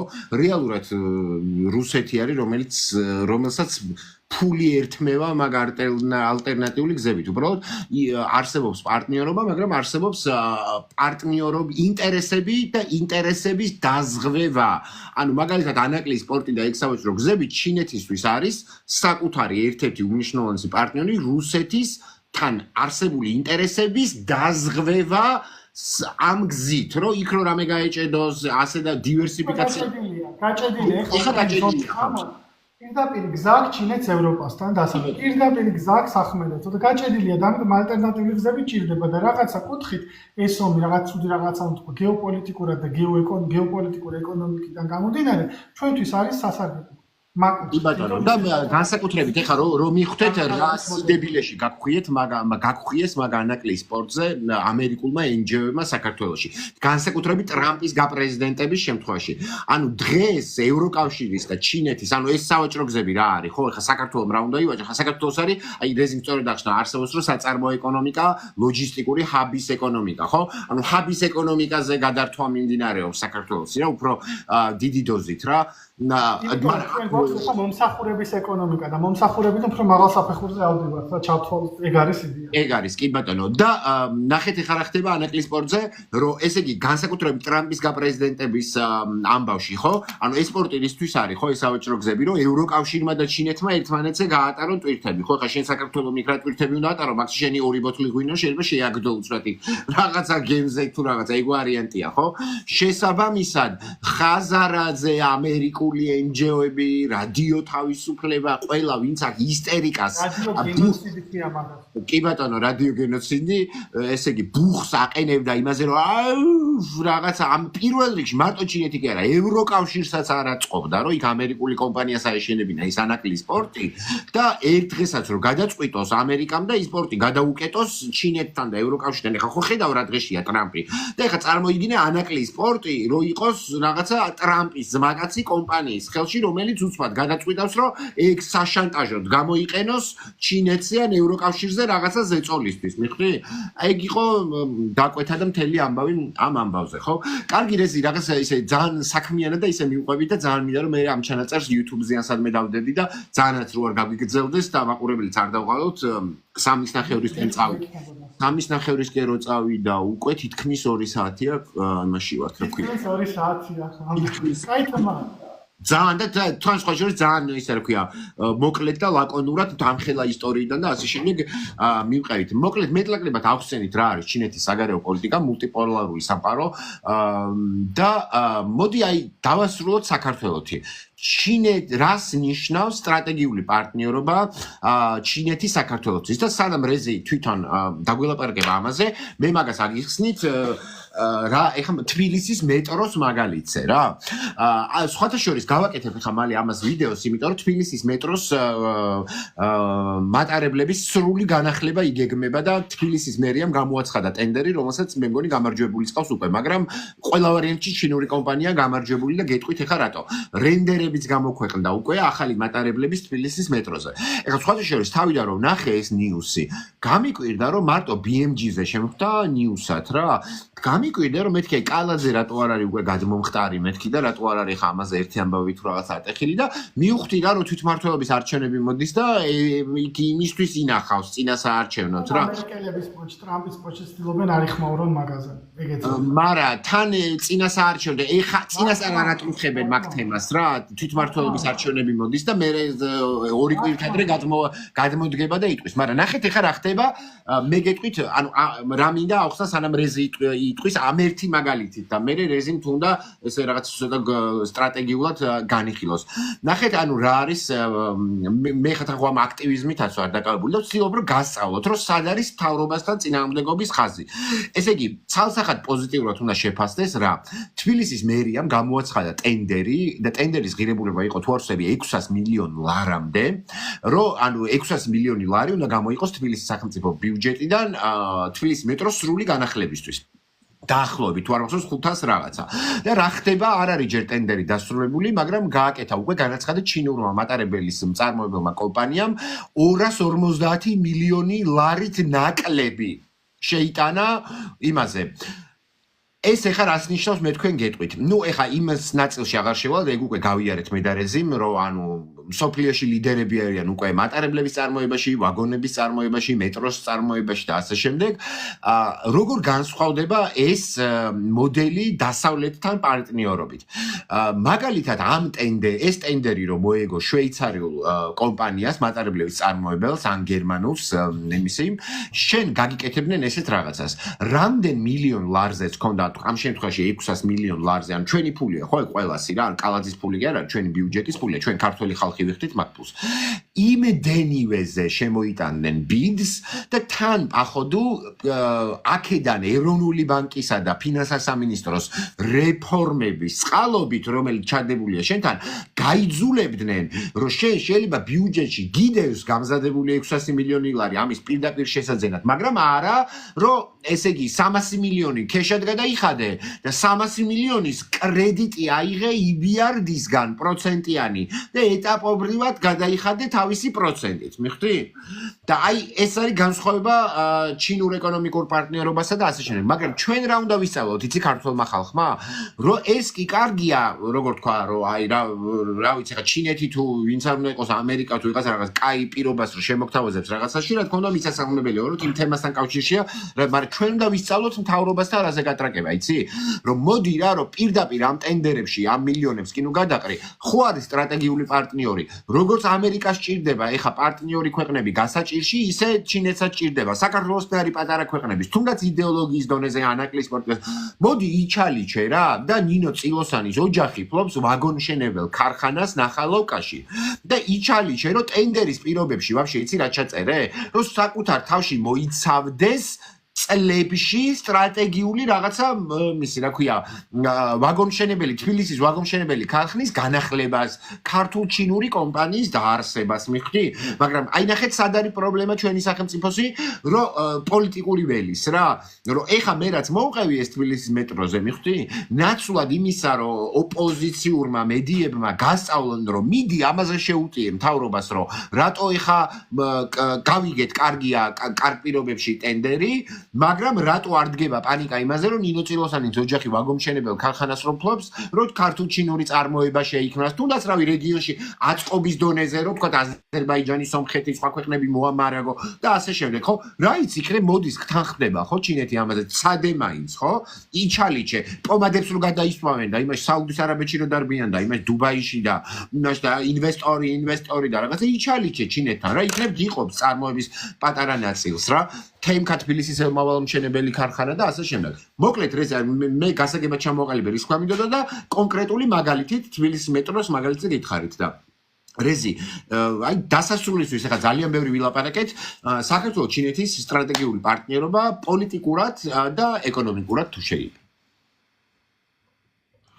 რავით საბჭოთა კავშირის მერე არავის არ აუშენებია გვირავი საქართველოში დასავლეთ აღმოსავლეთ საქართველოს დამაკავშირებელი და ანუ ისე სოციალისტურმა ქვეყანამ აგვიშენა იქიდან გამომდინარე რომ სოციალისტების მიდგომა სხვანაირია კაპიტალისტების მიდგომა სხვანაირია და კაპიტალისტური ქვეყნები ესეთ რაღაცებში ინვესტირებას არ აკეთებენ წადით და ნახეთ რა დღეში არის ამერიკაში შტატებს შორის დამაკავშირებელი მაგისტრალები დღედაღამ მაღაზია ლაპარაკი და ბაიდენი ცდილობდა რომ დაფინანსება მაღაზია იყო მაგრამ სენატმა ჩაუდგა და ვერც ეგ ვერ გააკეთა build back better თუ რაღაცა იყო ანუ საქმე იმაში არის რომ ინფრასტრუქტურული პროექტები რასაც ჩინეთი აკეთებს ეკონომიკური თანამშრომლობა და პოლიტიკური თანამშრომლობა თავისუფალი ასე ვთქვათ უკვე თავისუფლად ლაპარაკი იმაზე რომ ჩვენ შეგვიძლია ჩინეთთან პარტნიორობა მიუხედავად იმისა რომ ზოგიერთი ძალებს შეიძლება მაგალითად ტრამპს ან ევროპას ჩვენი დასჯაუნდოს ევროპას უფრო ფიქრობ ნაკლებად ჩინეთს უფრო მეტად რუსეთის თემა არის ჩინეთს უბრალოდ ევროპას უბრალოდ მარიონეტი მთავრობა უნდა ძალიან ბევრი ადამიანი სარგებლობს სხვა შორის საკმაოდ არც თუ ისე ცუდი გამოწერის საშუალებით როგორც არის თემო რომელიც მე ძალიან მიხვალს ამიტომ სტრატეგიულად მე ვფიქრობ იმას, რომ ჩინეთი უნდა იყოს ჩვენი ერთ-ერთი წამყვანი ძალა მსოფლიოში და ჩვენ უნდა გამოვიყენოთ ჩინეთის ინტერესები, რომ ჩინეთს უნდა დასავლეთთან დაკავშირება და უნდა ჩვენთან განვითარება ტრანზიციული ეკონომიკის თავისი პროდუქტების გადაზიდვაში, ეს უნდა გამოვიყენოთ და როგორც ჩინეთმა გამოიყენა დასავლეთი თავის ეკონომიკის გასაძლიერებლად, ისე ჩვენ შეგვიძლია ვისწავლოთ და გამოვიყენოთ ძალიან ბევრი რაღაცა, რასაც ჩინელებს შემოაქვთ ჩვენთან, ხო? და ჩვენ უბრალოდ ჩვენთვის ყველაზე დიდი პრობლემა არის, რომ 34 წლიანი თავს მოხმული ბენდუქიზმი და ნეოლიბერალიზმი და გადავაგოთ, რომ ნეოლიბერალიზმი ჩვენ ქვეყანას ვერ ავაშენებთ. და მხოლოდ ჰაბი იქნება და ჩინელები თავის პროდუქტს გაატარებენ, ევროპელები თავის პროდუქტს გაატარებენ, ესე ქვეყანა ვერ და არ აშენდება. საჭირო არის, რომ აქედან რა ფულსაც მივიღებთ, შემდეგ მაგალითად ინვესტიციები გავაკეთოთ თუნდაც რაღაც ინდუსტრიულ საწარმოში, რომელზეც მაგალითად არჩიბალდი საუბრობდა ვაგონმშენებლობაზე ან სხვადასხვა საწარმოებში. ხო, ჩვენი მთავარი პრობლემა კიდე ის არის, რომ ჩვენ ვართ ნედლეულის ეკონომიკა, სოფლის მეურნეობის ეკონომიკაც არ უნდა ახსნით ამ გულისხმობ ამაში. ანუ ჩვენ მოვყავს სოფლის მეურნეობაში რაღაც ბოსტნეული, რომელსაც ვერც ვასახებთ, იმიტომ რომ თურქეთიდან შემოსულ დიდი რაოდენობით იაფასიან ბოსტნეულს ვხედავთ. თურქეთთან და იდიოტური თავისუფალი ხარ. ვაჟობის ხელშეკრულება, რომელიც გასული იყო მოკლე ადრიან პერსპექტივაზე, თუმცა გრძელვადიანად თურქული პამიდორი დომინირებს. აი ეს პრობლემა. ჩვენ არ გვაქვს წარმოებელი ქვეყანა არ ვართ. რაც გულისხმობ ამას, რომ სოფლის მეურნეობაში ნედლეულს ვაწარმოებთ. მხოლოდ ვერ ვაწარმოებთ მაგალითად ტომატს. აფრიკავა, კაკაო, ბელგიური შოკოლადი. რომელსაც ჭირდება ქილის შექმნა, თავსახურის შექმნა. ამასთვის ცალკე ქარხანა გინდა შუშის, სადაც ქილას დაამზადებ, რკინა, სადაც დაამზადებ მას ხუბს, ამისი ხვდები? მე გჭირდება სამაცივრე სისტემა, სადაც ამ ყველაფერს შეინახო. აქედან გამომდინარე, მიღებული მოგებები უნდა წავიდეს აქ და არა კერძო ვიღაცა ბობოლების ჯიბებში, რომლებიც არ გასოდეს ვერ იზრუნებენ. ეს შეუძლებელია თუ შენი სისტემა გაქვს ბოლომდე მიშვებული, ამერიკას დაემართა ეს, რომელიც იყო ცენტრი ამისი, ამ და შენაერ პატარა ქვეყანას მით უმეტეს უფრო მეტად წაიტეხავთ ცხვირს და უპერსპექტივობა გექნება, სიღარიბე გექნება და სუვერენულობაზე ვერ გექნება პრეტენზია, იმიტომ რომ სადაც უპერსპექტივობა გაქვს, ძალიან მარტივად შეუძლიათ ესე შენი არევა, ისე შეუძლიათ არევა, რომ აღარც NGO-ები დაჭირდებათ აწი. აქედან გამომდინარე უნდა გამოვიყენოთ ყველა საშუალება. ანუ ეგეთი ის არის სიმღერაში იყო რა. აღარ მახსოვს. ყველა ნიფტი არის იარაღი თუ ჩვენ ვიცით მისი სწორედ გამოყენება. 100%. გამომდინარე, ჩინეთი არის სტრატეგიული პარტნიორი და განსხვავებით ლიბერალებისგან და კოლექტიური თინახიდაშელებისგანაც, რომლებიც ჩადიან ტაივანის სეპარატისტულ რეგიონში და ცდილობენ რადიო გენოციდ, ანუ რადიო თავისუფლებასთან ერთად სიუჟეტები გადაიღონ და რამენერად გააფუჭონ ჩვენი ურთიერთობა და თქვან, რომ ჩინეთის ელჩმა გითხრათ, თქვენი ყოფილი თავდაცვის მინისტრი რატომ არის ჩვენ სეპარატისტულ რეგიონში? თქვენც ხო სეპარატიზმი, თქვენ ტერიტორიალობას უჭერთ ხართ და ჩვენ იმებს არ უშვებთ რა კომპანიებს და მით უმეტეს NGO-ებს. აქედან გამომდინარე, ეს არის ტრაგედია, რომ არიან ძალები, რომლებიც პირდაპირ ცდილობენ საქართველოს მოუკლან არჩევანის საშუალება, რომ საქართველოს კონდეს 1, 2, 3, 4 არჩევანი და გეუბნებიან, რომ ეს აგენტურა, პირდაპირ აგენტურა, კოლექტიური თინახიდაშეები, რომ მარტო ამერიკის და ევროპის მონა უნდა იყოს. შენი ინტერესი არ უნდა გაგაქცეს. ამასობაში მთელი მსოფლიო იცვლება, ეს ჰეგემონიური ძალები იშლებიან თვითონ რუბიო აღებს ალავარ ჰეგემონიუმ და აქედან გამომდინარე დასავლეთში, მაგრამ ეს ჯერ არ არის ჩამოჟონილი ჩვენ ლიბერალებთან. ჩამოიჟონება მაშინ. ბრიუსელის ბიუროკრატებთანაც და აქედან გამომდინარე ეს კოლექტიური თინახიდაშელები მუდმივად ეცდებიან წარსულში დაგვაბრუნოთ, მაგრამ სოფლიოში წარსული არ არის. სოფლიოში 2019-2022 წელიწადი, 2025 წელია და გეომეტრიული სისწრაფით იცვლება ცვლილებები და დასავლეთის ეკონომიკური წილი, დასავლეთის პოლიტიკური გავლენა ნელ-ნელა მცირდება. საქართველოს უნდა იზრუნოს პირველ რიგში ქართულ ხალხზე, ქართულ მშრომელ ხალხზე, რომ შეუქმნას მათ პერსპექტივა ქვეყანაში დარჩენისა. თუ ჩვენ ამას არ გავაკეთებთ, მაშინ ჩვენ ქვეყანა ვერ გავხდებით. ამიტომ ჩვენ უნდა გამოვიყენოთ ყველა ალტერნატივა, რასაც ჩინეთი გვთავაზობს. რადგან ჩვენ ვართ ჩინეთის სტრატეგიული პარტნიორი, უნდა დავждეთ და ვიფიქროთ რისი გაკეთება შეგვიძლია. მე არ ვიცი ჩვენ მთავრობას საერთოდ რებს აკეთებს ჩინეთთან. სამწუხაროდ ეს არ არის პირდაპირ ეს თვალნათელი, მაგრამ მე ვფიქრობ, რომ ჩვენ შეგვიძლია ისე როგორც აღნიშნე, ჩინეთთან სხვადასხვა დიპლომატიური გზებით, სხვადასხვა სარგებელი ვნახოთ ჩვენ, ისე რომ მათი ინტერესებიც არ დაზიანდეს, ჩვენი ინტერესები პირიქით დაწინაურდეს. მაგრამ ამავე შემთხვევაში მე გულისხმობ მიტმასნებას, როგორც ეს მედასავლეთები აკეთებენ, რომ ბოლომდე უნდა იმათი კოლონია გახდნენ. ხაჭერ, თუ დაკვირებულ ხარ ეს ტერმინოლოგიაშიც გვაქვს გამჟდარი რა თვითონ როგორც არიან უყურებენ მაგალითად დასავლეთს რა რომ აბა ჩინეთს დავემონოთ ანუ ეს კითხვა ხო საკუთარ თავში იმას გულისხმობს რომ ანუ უკვე შეგნებული ამერიკის მონა და ანუ შენ თავაზობ რომ ანუ ესე აღიქვამს რომ შენ თავაზობ რომ ანუ აბა იმას დავემონო ნუ რაღაც ტიპის ხოჭერის ეს ჩვენი ის დღეს არ დაწყებულა ეს ამბავი, იმიტომ რომ სამწუხაროდ ძირთადად ესეთი ადამიანები ვინც ლაპარაკობენ, ძირთადად არის ან კულტურული ელიტა, ან ეკონომიკური ელიტა და საქართველოს ბოლო რამდენიმე საუკუნის ისტორიას თუ გავიხსენებთ, ბევრ საამაყოსთან ერთად, ბევრი ეგეთი ელიტა ძირთადად სულ ეგეთი ყავდა, რომ თეირანის ჭაღები ჯობია თუ პეტერბურგის კავები და ეხა მე მაგარ ეხა ნახე შაჰის კარზე როგორ დავწინაურდები და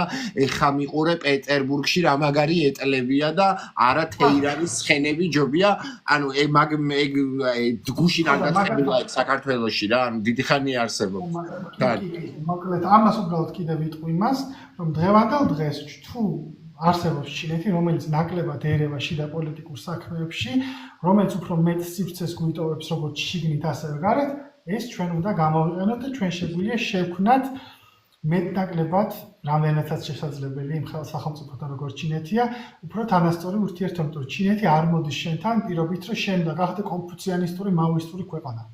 როგორც ამერიკა, რომ ფედერალისტები და ჩერგოლეიშვილები, რომ აი არის ხო ფედერალისტები, მონათმფლობელი ამერიკის პირველი პრეზიდენტების ზუსტად.